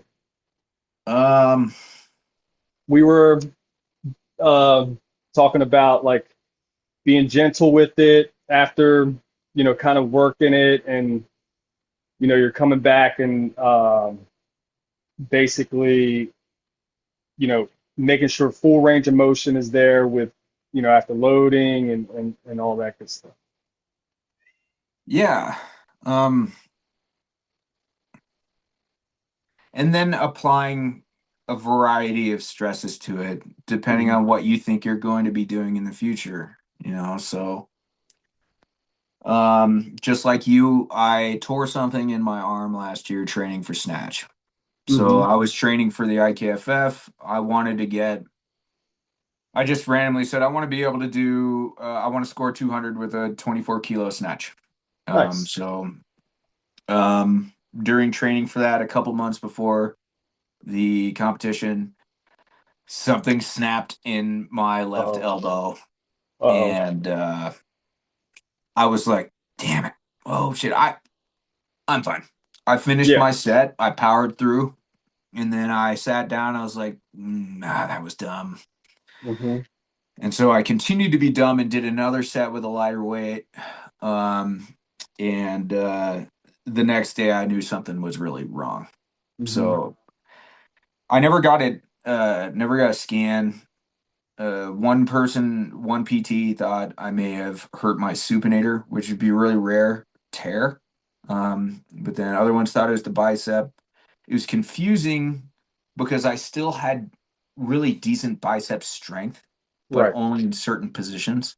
But Hmm. then, the act of supination like really hurt. But the Right. bicep goes across and attaches onto the Yep. radius over there. I mean, that's So just two primary functions is flexing the arm and supination, pronation, right? yeah, I'm pretty sure it's a pronator just Yeah. based on but I let's see, where was I going with that? Um but now that I'm rehabbing this, I have to apply stresses that are just low grade versions of what I want to be doing. Hmm. So, easing back into snatch. I'm not going to be doing any drops yet, but doing a drop from a clean is Hmm. very similar to that. Right. And I can, use lightweight. I can make it, I can use even lighter weight and use a glove. And that way Hmm. I mean, making it a little bit more difficult, but the load is greater, there's less load, Right. less chance of re-injuring it. And Yep. so it's just a process of starting over and finding a good, easy starting point and building from there. Hmm. I've Um, now had two of my athletes mess their elbow/forearm up.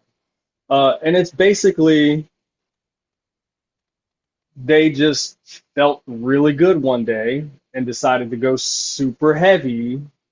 You know, typically one guy, typically he works with we were trying to get him to a 20 kg pentathlon. One of my things is, can you do a pentathlon with a 20 kg all the way through? That's just for GPP purposes here, you know, training with me, not necessarily even for sport, just trying to get these guys through a 20 kg pentathlon, right? So he decided to go really heavy on some work, and he ended up needing to get surgery because he popped the forearm forearm tendon. And Uh, one thing I tell these guys is please don't go really heavy, even even if you're feeling really good, because it takes some time to get your tendons and things adapted to what we do. And then yeah, another guy, his name's, I call him the mystical Asian. He's here, and he goes through his workout. He's feeling really, really good, and we're trying to progress him up to 24 kg, right? And he's feeling super good, so he decides to do cleans with a 32. I walked in the house for a minute, and he did a full minute set with a 32, and that's been 6 weeks now, and his elbow is still giving him issues. And I'm like, you know, basically what you're saying is we have to start all over. We have to find out what exactly is going on and try to build this thing back up. But also, you know, he's having trouble even picking things up. And I'm like, yeah, I really hope you didn't like rip something. I suggested to him he needs to get an MRI just to see. But yeah. yeah. It's Yeah, it's common. It's a Extremely. dude problem. It's a dude It is. problem. Mm-hmm. And I'm no different. Yep. I have my injuries. After 1 year after a 1 hour long cycle that Mm-hmm. the OKC put on, there was a set of Atlas stones over there. And Oh wow. I was I was focused on strength and I was really big and strong. And I had Mm-hmm. never picked up an Atlas stone before. And I just finished an hour long cycle with a 20 Mm-hmm. kilogram that I didn't really train for. I Yep. just showed up and did it. And I was fatigued, but I had like a super like lifter's high. And Yeah. so I went over and picked up this Atlas stone, threw it down, and on my drive home, my back started to tighten up, Oh and man. it didn't go away for a year. Oh wow. I had to start all over again. Like Wow. I was training and doing body work on people for low back problems. Mm-hmm. And one time I was working on a guy and I dropped my pen and I bent over and picked up my pen and he watched me throw my back out as I Wow. picked it up. And he was in there for the same thing and he was just like, "Oh, bro, I'm Uh, so sorry." He knew exactly what was going on. yep. But then, I had to bounce back from that and learn how to continue to be an athlete while having a new injury. Yep. So, yeah, learn, a It's, ton of McGill stuff. And this is oh, where what I I love the found. McGill Big Three. I have his book, The Back Mechanic. You know. Yeah, I tried to read like his earlier versions of them. They're like they were just kind of intellectually confusing for me at that time. I Mm-hmm. didn't have the depth of knowledge I needed to understand it, to the point that I would now. But I had them around. I worked with people who actually knew this stuff um, a little bit better.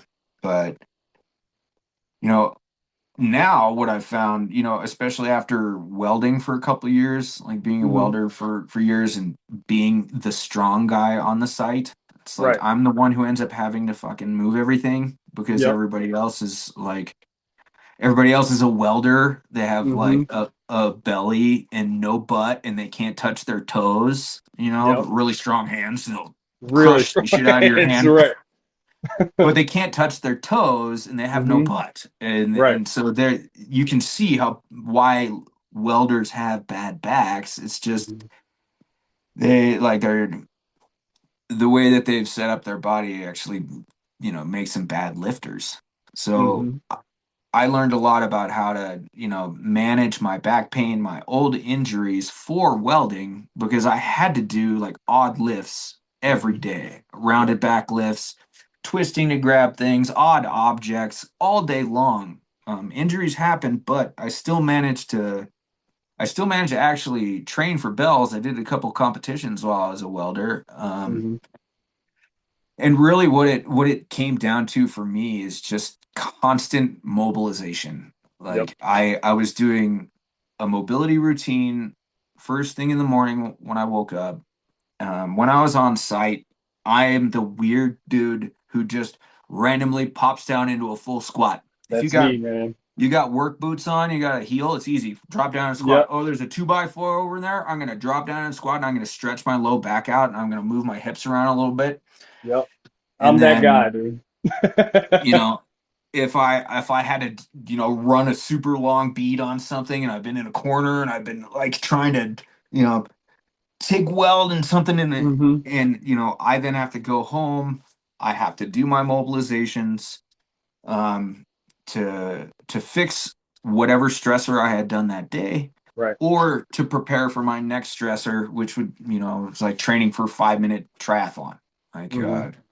uh, yeah, but really mobilizing you know is what I use predominantly to keep myself healthy in terms Hmm. of my joints and my skeleton.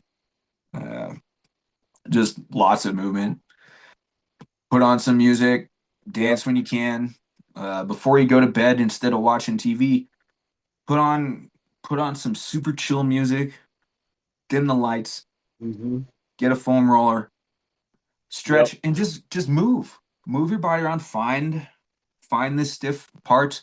Breathe through them. Learn how to Yep. belly breathe. Learn how to put yourself into a parasympathetic state, and Hmm.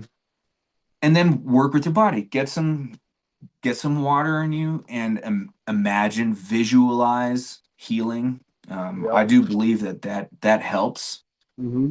but My you wife will know, sometimes call me a weirdo because I'll even do things that, like, if my low back is like a little stiff that day, I'll do some movement in the evening, in here on my living room floor. And then when I lay down in bed, I will lay down and have one leg off the bed and stretch your hip flexor. just let that hip flexor stretch itself out, and then I'll turn around and do the other side. And she's like, "What are you doing?"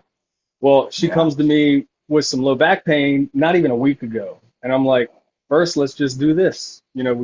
I laid her on the bed and I said, just lay your very gently, let your the leg on the right side, just lay it off the bed and just let it hang there. Stay there for about 3 minutes, and then switch around and do the other side.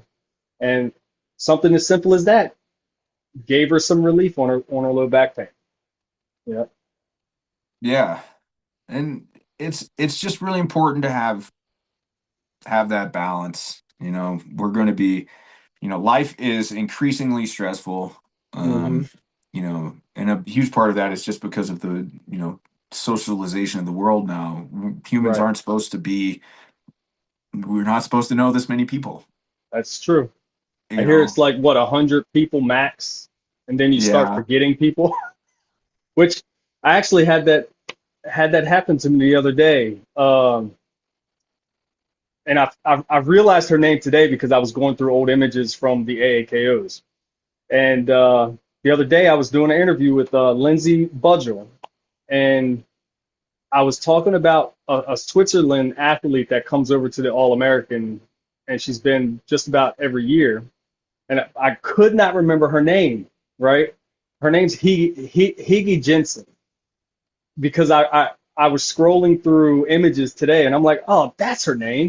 And I felt so bad because I've talked to her so many times and this and that, right? But then I heard, like, on a Joe Rogan episode, because I do some driving, so I listen to a lot of Joe Rogan, I listen to a lot of books, right? And on this Joe Rogan podcast, he was talking about exactly what you just said. And he was like, yeah, I think you know like 100 people, and then you start forgetting names. Yeah. I think they went over that, at some point in my between anthropology and psychology. I think I learned that a long time ago. But it just kind of makes sense if you Yep. if you take a step back and look at a human as an animal, Hmm. and what we have either evolved towards or what we were created to be. Hmm. You know, things have changed dramatically in the past couple hundred years, Oh, and absolutely. so we just have to be aware of it. But if you were to, for a lot of people, having a good stretching and mobility routine is a way to sneak some meditation into your life. Hmm. Um, and you can, like, as a trainer, you can sneak it in and not even tell them, but you just teach them how to breathe in a way where their body relaxes with the stretch, and how to work with it in a way that it's actually helping improve the stretch instead of improve pain. Hmm. Like, a lot of Americans, a lot of guys, more is better for them. But with Hmm. things like stretching, it's actually what did I used to say? I'm forgetting the way I would. It's like a war of subtlety.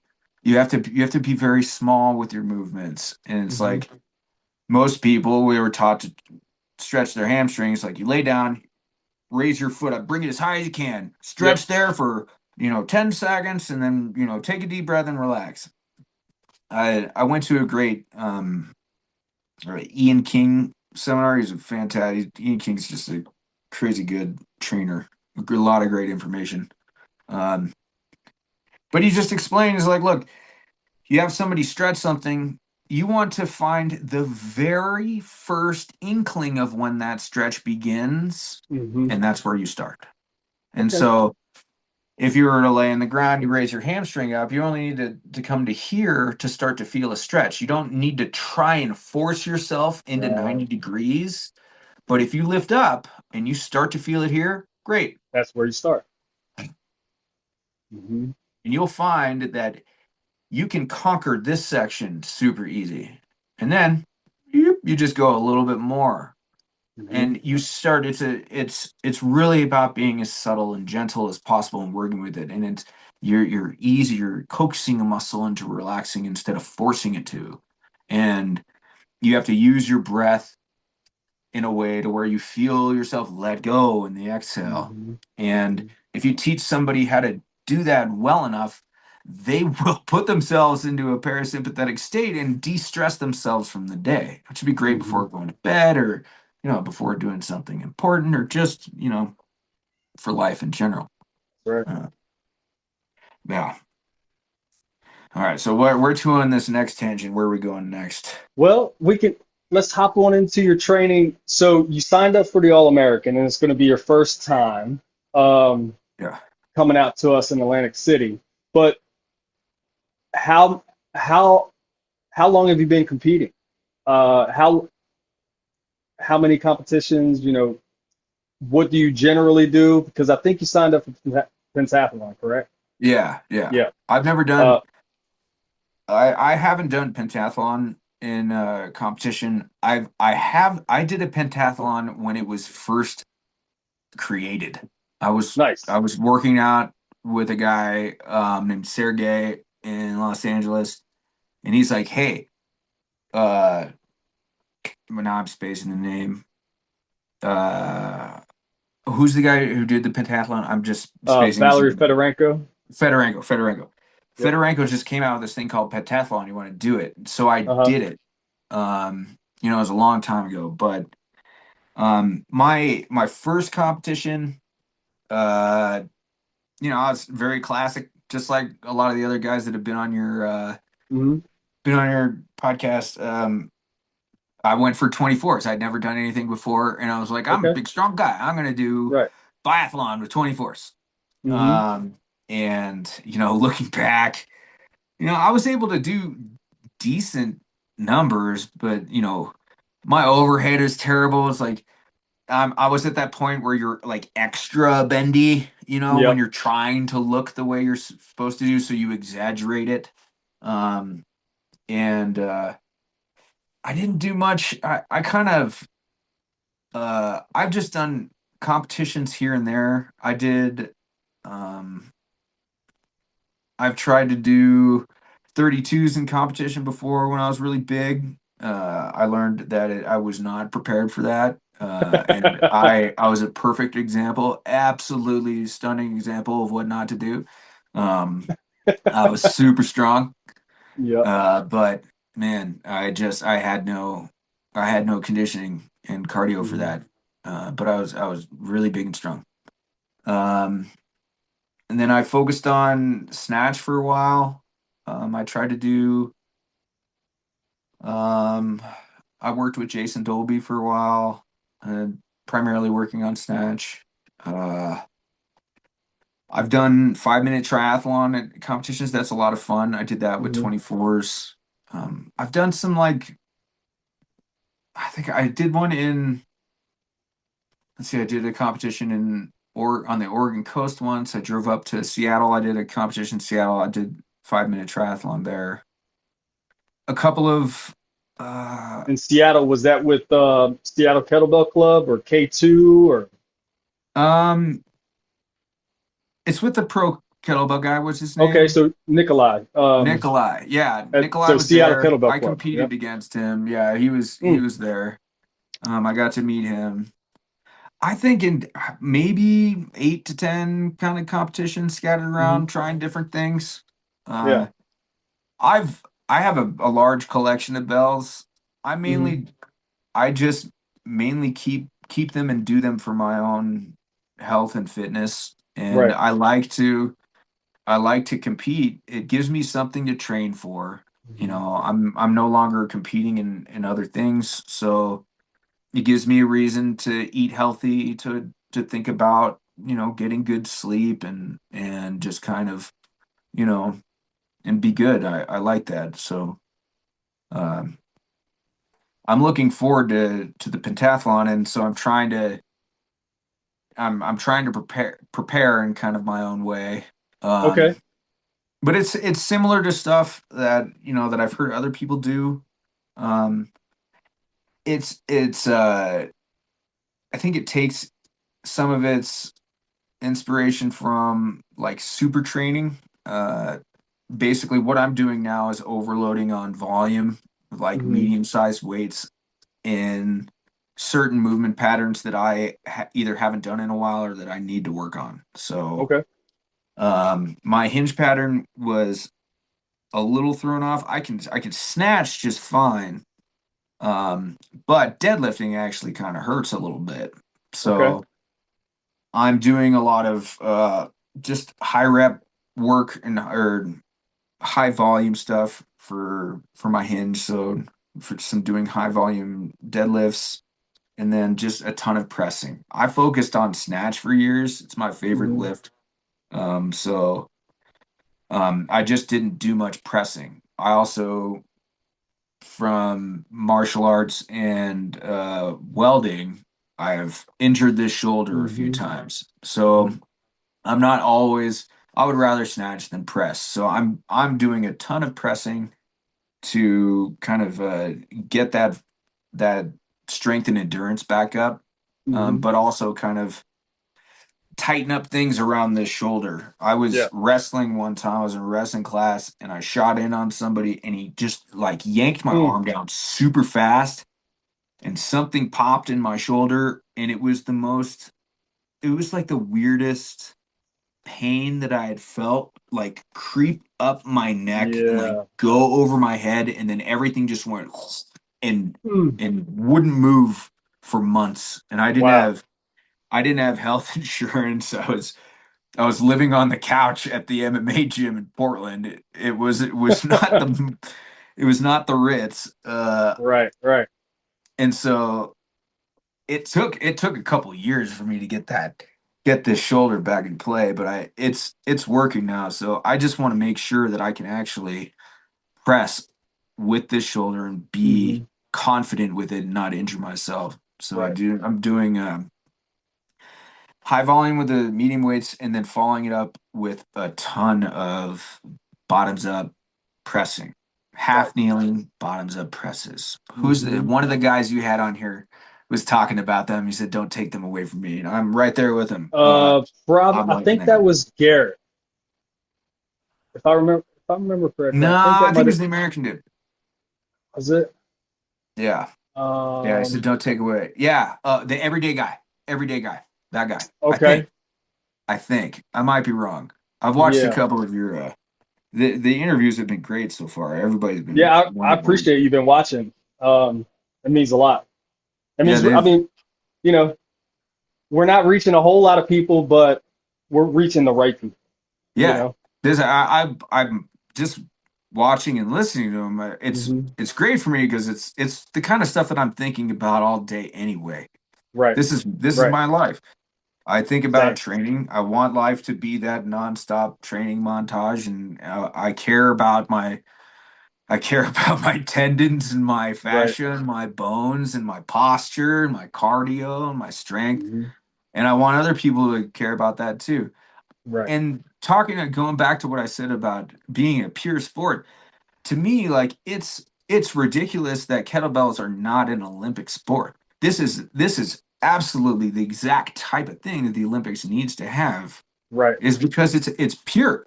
Can you lift this more times than me? I can lift this. Right. I am in better shape than you. Yeah. That's it's I spread out agree. around the world. There are Hmm. people doing sport lifting all over the world.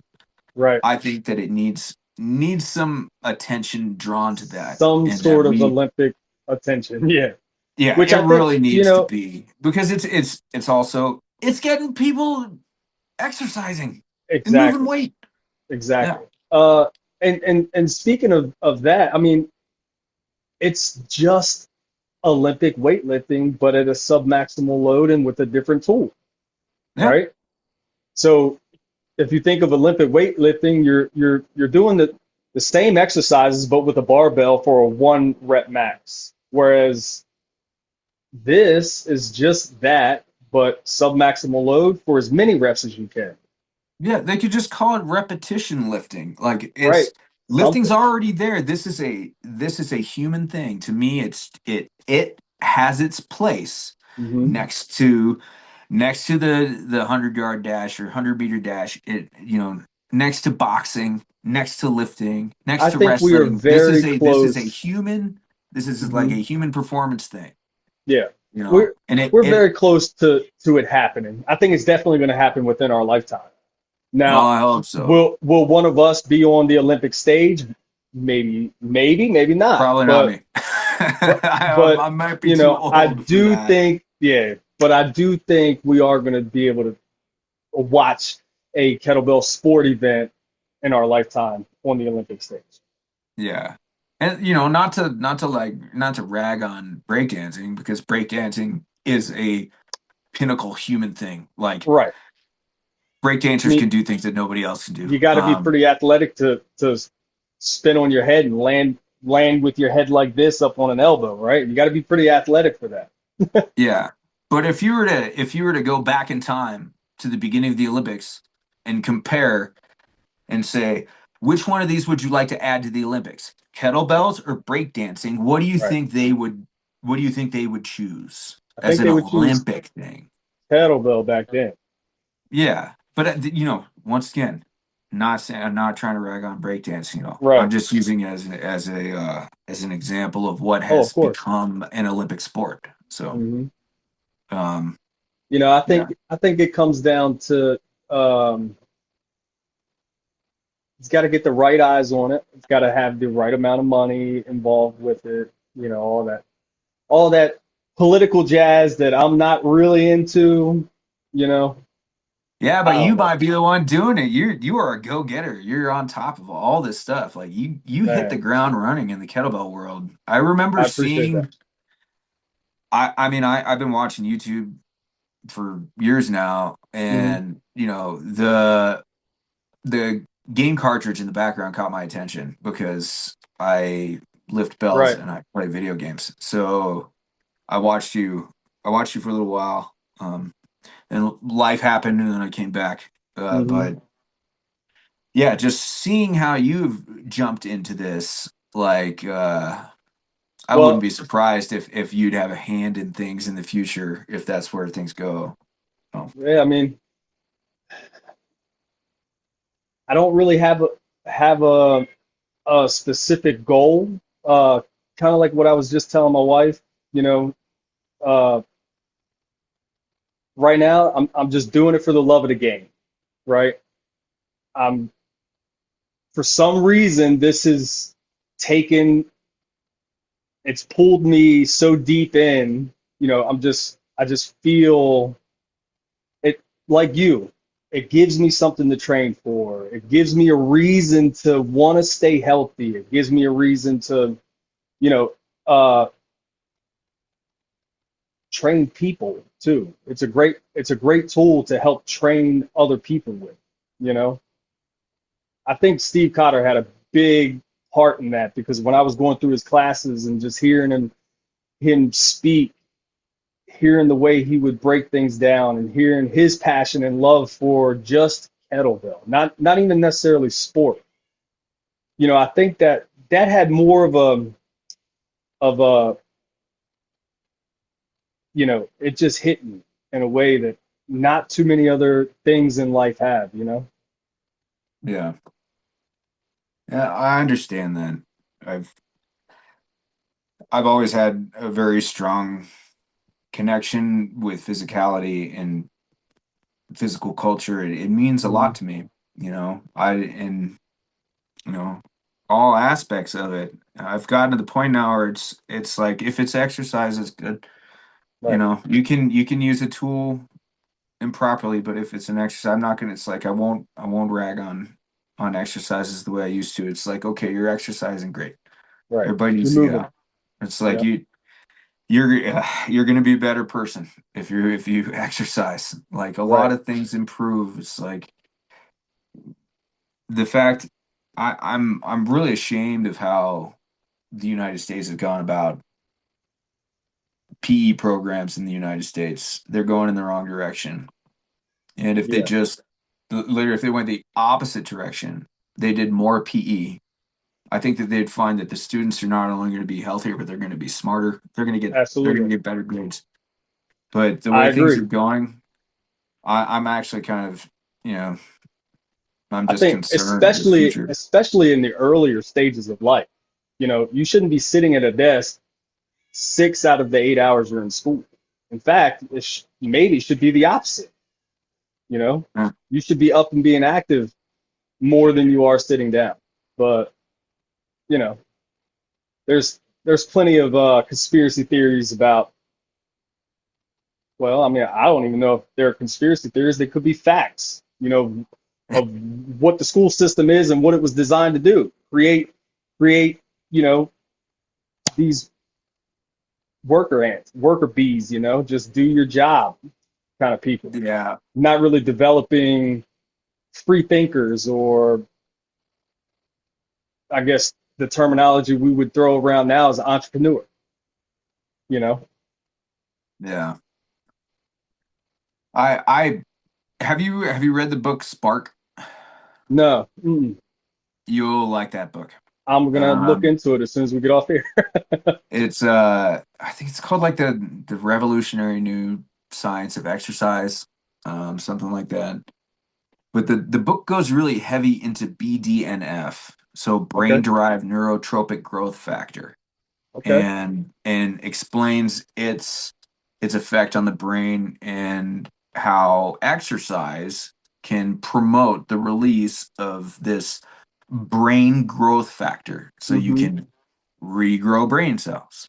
Mm-hmm. It helps improve memory retention. There's a whole bunch of things, but there's one chapter where it talks about a school that was actually about to lose all of its funding, and the kids were getting terrible grades and stuff, and they changed the curriculum, changed everything, so that the kids are basically doing like exercise, study, exercise, study, Wow. exercise, study, and not only were the kids getting in good shape, but they also were doing Yeah. incredible things academically. Well, just think And of how alert or high you are after a good workout. You know, you yeah, get you that feel work, good. you feel good, you're more alert, you're more in tune with everything around you.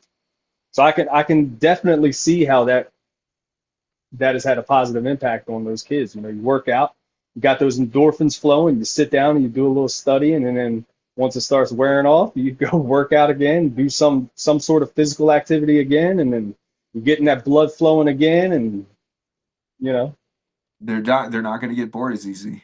right. Um, but when I look back on some of the best years I had in school, were ones where I actually had like repeated bouts of exercise throughout the day. Hmm. Um, the first year that I had PE first thing in the morning, I got straight A's. Wow.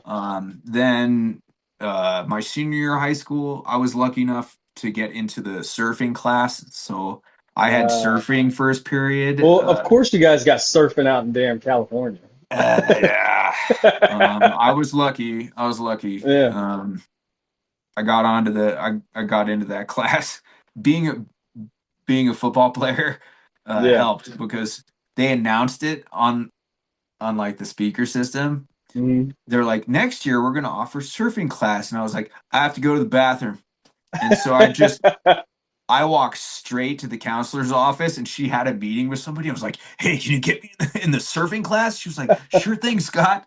Yeah, nice. And then I was in it. And so we had a block schedule, and every other day I was in the ocean swimming in cold water, but getting exercise Yep. before class.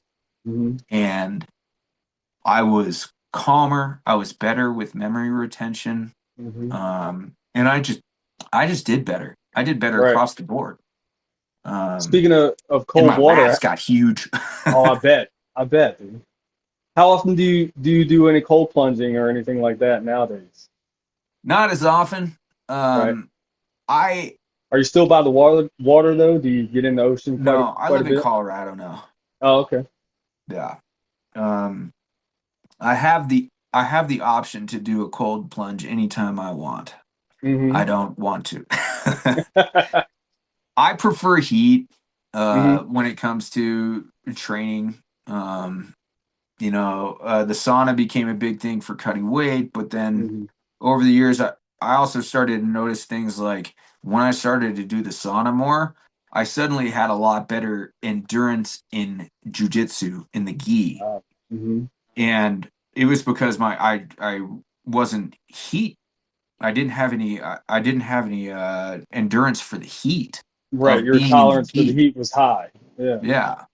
And so that that changed the way I looked at the sauna and how I used it, and then I used it more as a heat adaptation device. And then Hmm. getting on, I read some other books. There's a great book called Endure, and it talks about different Oh, levels of I think I've endurance heard and of how that. it's a great book, great listen. But it also talks about how you basically have a gauge and a governor on your body for heat, and once you reach a certain core temperature, something in your brain's like, "Hey, you need to slow down. Hmm. You're gonna sit down now." Yep. But I've had that happen to me a couple times in a sauna where I got like disoriented a little bit, maybe a little dizzy, and I had to get myself out of the sauna because I was doing unfortunately I haven't done sauna in a few months, but I was pretty consistent with the training, like 30 minutes was my goal time every time, and this just a couple of times I've gotten disoriented or my body hit that threshold a little early, and I had to go out and sit on some benches for a few minutes and let my body come back to. Maybe I was a little dehydrated too, but yeah. well, for that reason, it can actually be utilized in place of an exercise session if you're working with an athlete or if you're doing something yourself. It's just understanding what's being taken away from you. So if Hmm. you're going to do that, use a thermal conditioning session, trying to increase your adaptations. Um, you just have to know you're going to lose a certain amount of water. You're going to lose so much sodium and potassium and other electrolytes, and think ahead for your Hmm. next session and what you're going to be doing. Um, But because you're not actually physically exerting yourself through this, you're still having an increased heart rate. You're Hmm. getting a stretch on your left ventricle. Great stuff from kettlebell aerobics, by the way. Um, Yes. Uh. and Oh yeah. Yeah. he Love that guy. putting out great stuff. Thanks, bro. Hmm. It's been fun Hmm. watching your shit. Um, there's yeah, so you can use that in place of like a cardio session. For certain people, like for me, for jujitsu, it helped for the heat. But um, you know, it can also help with things like kettlebells, Hmm. serving as long as you're giving yourself what you need back and you're not turning it into another stressor. Right. It can help with recovery and help with your overall conditioning. I Um, loved Dr. Rhonda Patrick. yeah, Her website Found My Fitness has an entire like massive thing on sauna and all the benefits and all the mortality rates, and it gives you everything, man. I love that dissertation that she has on there. Um, yeah, I have watched a good deal of those videos and yeah. spent my time in saunas. Hmm. I also I have heart disease in the family, Hmm. so one of the reasons why I got into um the heat conditioning is because of what I learned from Rhonda Patrick about Right. the potential of decreasing your all cause All cause mortality. mortality. Yeah.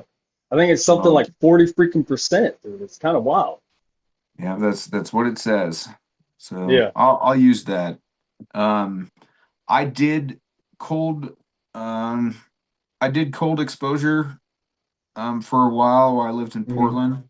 Uh, and that too is very interesting. I used that Oh yeah. actually. I used it um, during a ketogenic phase, and I got super, super lean. Hmm. But what I found was by actually like adding the stress of the cold to the ketogenic diet, it Hmm. they played together well. I Really. felt like the cold exposure actually helped me get into ketosis a little bit faster. Wow. Um, but there was a period of time where I was taking like super frigid cold showers every day. Hmm. I actually took some inspiration from John Brookfield. Do you know who John Brookfield is? Hmm. Because John Brookfield is a grip guy, and Okay. he's written a bunch of books about grip strength. He's had world records in grip strength. He invented battle ropes. Oh, really? Ken Blackburn introduced me to him, and I went out and spent a weekend with him, Dude, and Ken I Blackburn learned. knows everybody. Ken Blackburn knows everybody. This guy. Yeah. Um, but yeah. Oh shit, I'm so sorry. I lost my train of thought with this tangent. I was talking about why did Uh, I introduce well, John Brookfield? I need we another were gummy talking bear. about we were talking about he, yeah, yeah, John Burkfield, and Um, then I interrupted you by saying Ken Blackburn knows everybody. yeah, I'm sorry. It's all right. But we were talking about your cold plunge Oh, stuff. yes, that's what it is. I took inspiration from him because at the time when I did that with him, he Hmm. was doing kind of a cold challenge, and he said, I'm just not going to give in to the cold anymore. Just simply as Oh. that. And everywhere he went, he wore like sweatpants and a t-shirt. If it Hmm. was really cold, a thin sweatshirt. Wow. But he started doing cold exposure before it got popular with a thing Hmm. that he called dowsing. So what he would do is fill up a bucket with ice water, Hmm. and then you have to pour it slowly over your head and not stop until the whole thing is gone. That Wow. was his cold exposure. Hmm. And he was actually working off a principle that you learn in biology and in anthropology is the mammalian diving reflex. And so if Okay. we have cold water go over our head, we have a sharp physiological response to that, which Hmm. involves like um, Yep. constricting certain things, dilating other things, upping heart rate. We have a very strong physical response to that. And Hmm. he realized that and started doing it. And then in the process of doing the dowsing, he became more acclimated to the cold in general. And Wow. so when I took a lot of inspiration from John Brookfield. He's just an amazing human being. Um, even progressing. If you hear me say pinch of sand, it's like a basic progression that he taught. He's like, you just want to just add a little bit more every day, like pinch of sand. He's like, you just add a pinch Right. of sand to something every day. You lift. It's like you're gonna be pretty soon. There's gonna be a lot of sand in there. Right. Um, Exactly. That's a good, but really good analogy. for a while, I did the cold thing, and it just happened Hmm. to be during a cold snap in Portland, and I was doing I was on a ketogenic diet, and I've talked about that a lot, but I'm not like a keto dude. I eat carbs. I'm eating gummy Yeah. bears, and Yep. I care about it. It just happened to be something that was a useful tool for weight loss and fat loss and stuff. So it Hmm. just came up a lot. But what I found was that I actually, with focused cold water immersion in the shower with like Wim Hof breathing stuff. I've read the Wim Hof books. Hmm. With that, you gain like a new level of resilience in terms of just cold exposure in day-to-day life. Like Right. it'd be blizzarding outside, and I really felt like my t-shirt was all I needed to protect me from the cold, or a Yep. thin sweatshirt is like, oh, I'm good. Hmm. I can feel that on my skin, but I'm warm inside. Right. And that was like a really noticeable thing, but you have to work for that to get that Yep. adaptation. And a One of lot of my, what oh, sorry, go ahead. no, I was just going to relate to that. When I was in the army, we did, we called it, we would do climatization, right? So as the winter months started heading our way, we would do PT in the mornings. We kept shorts and t-shirt on for as long as possible, right?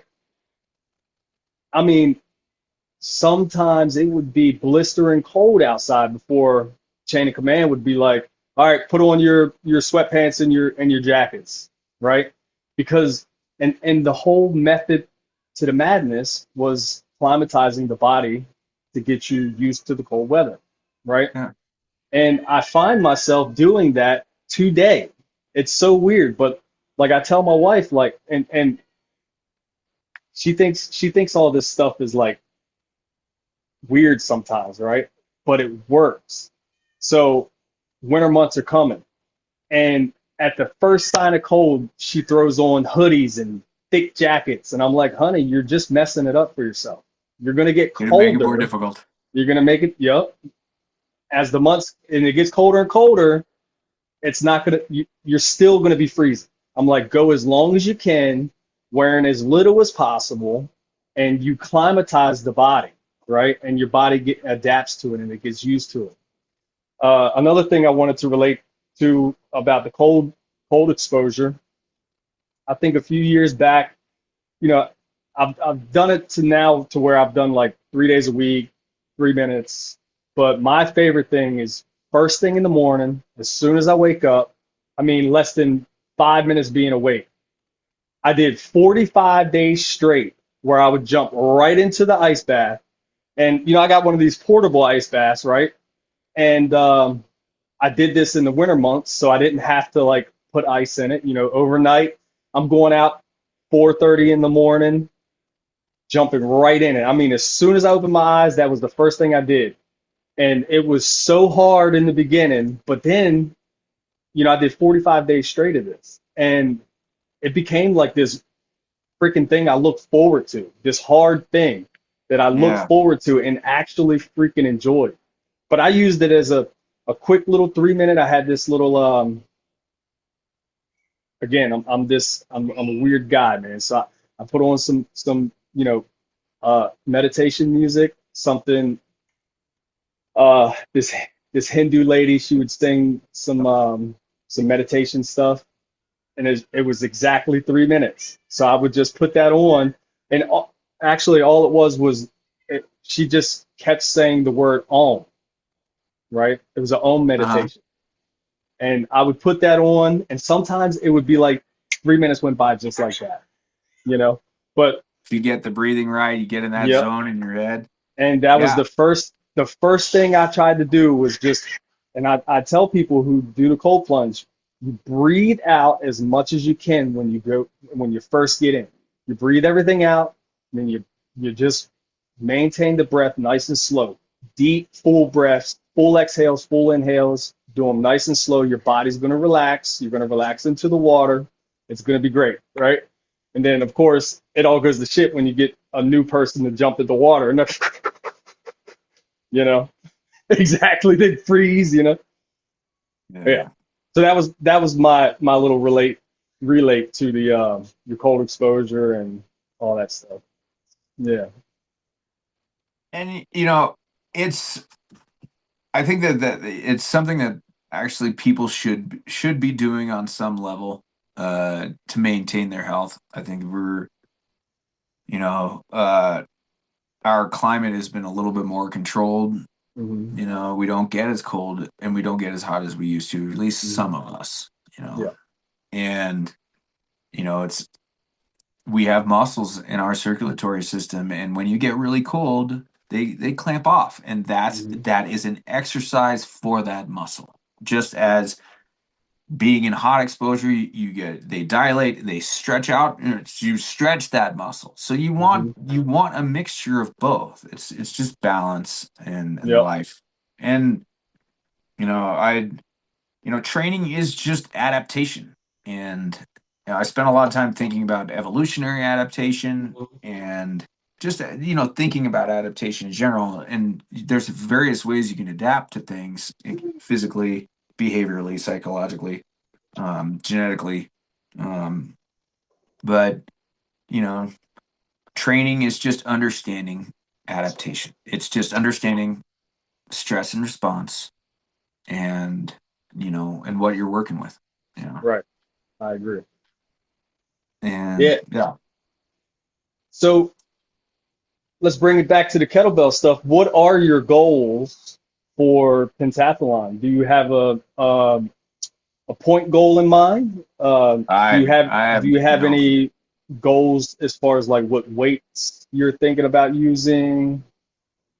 I I always want to do well in a Hmm. competition, but over the years I've just learned not to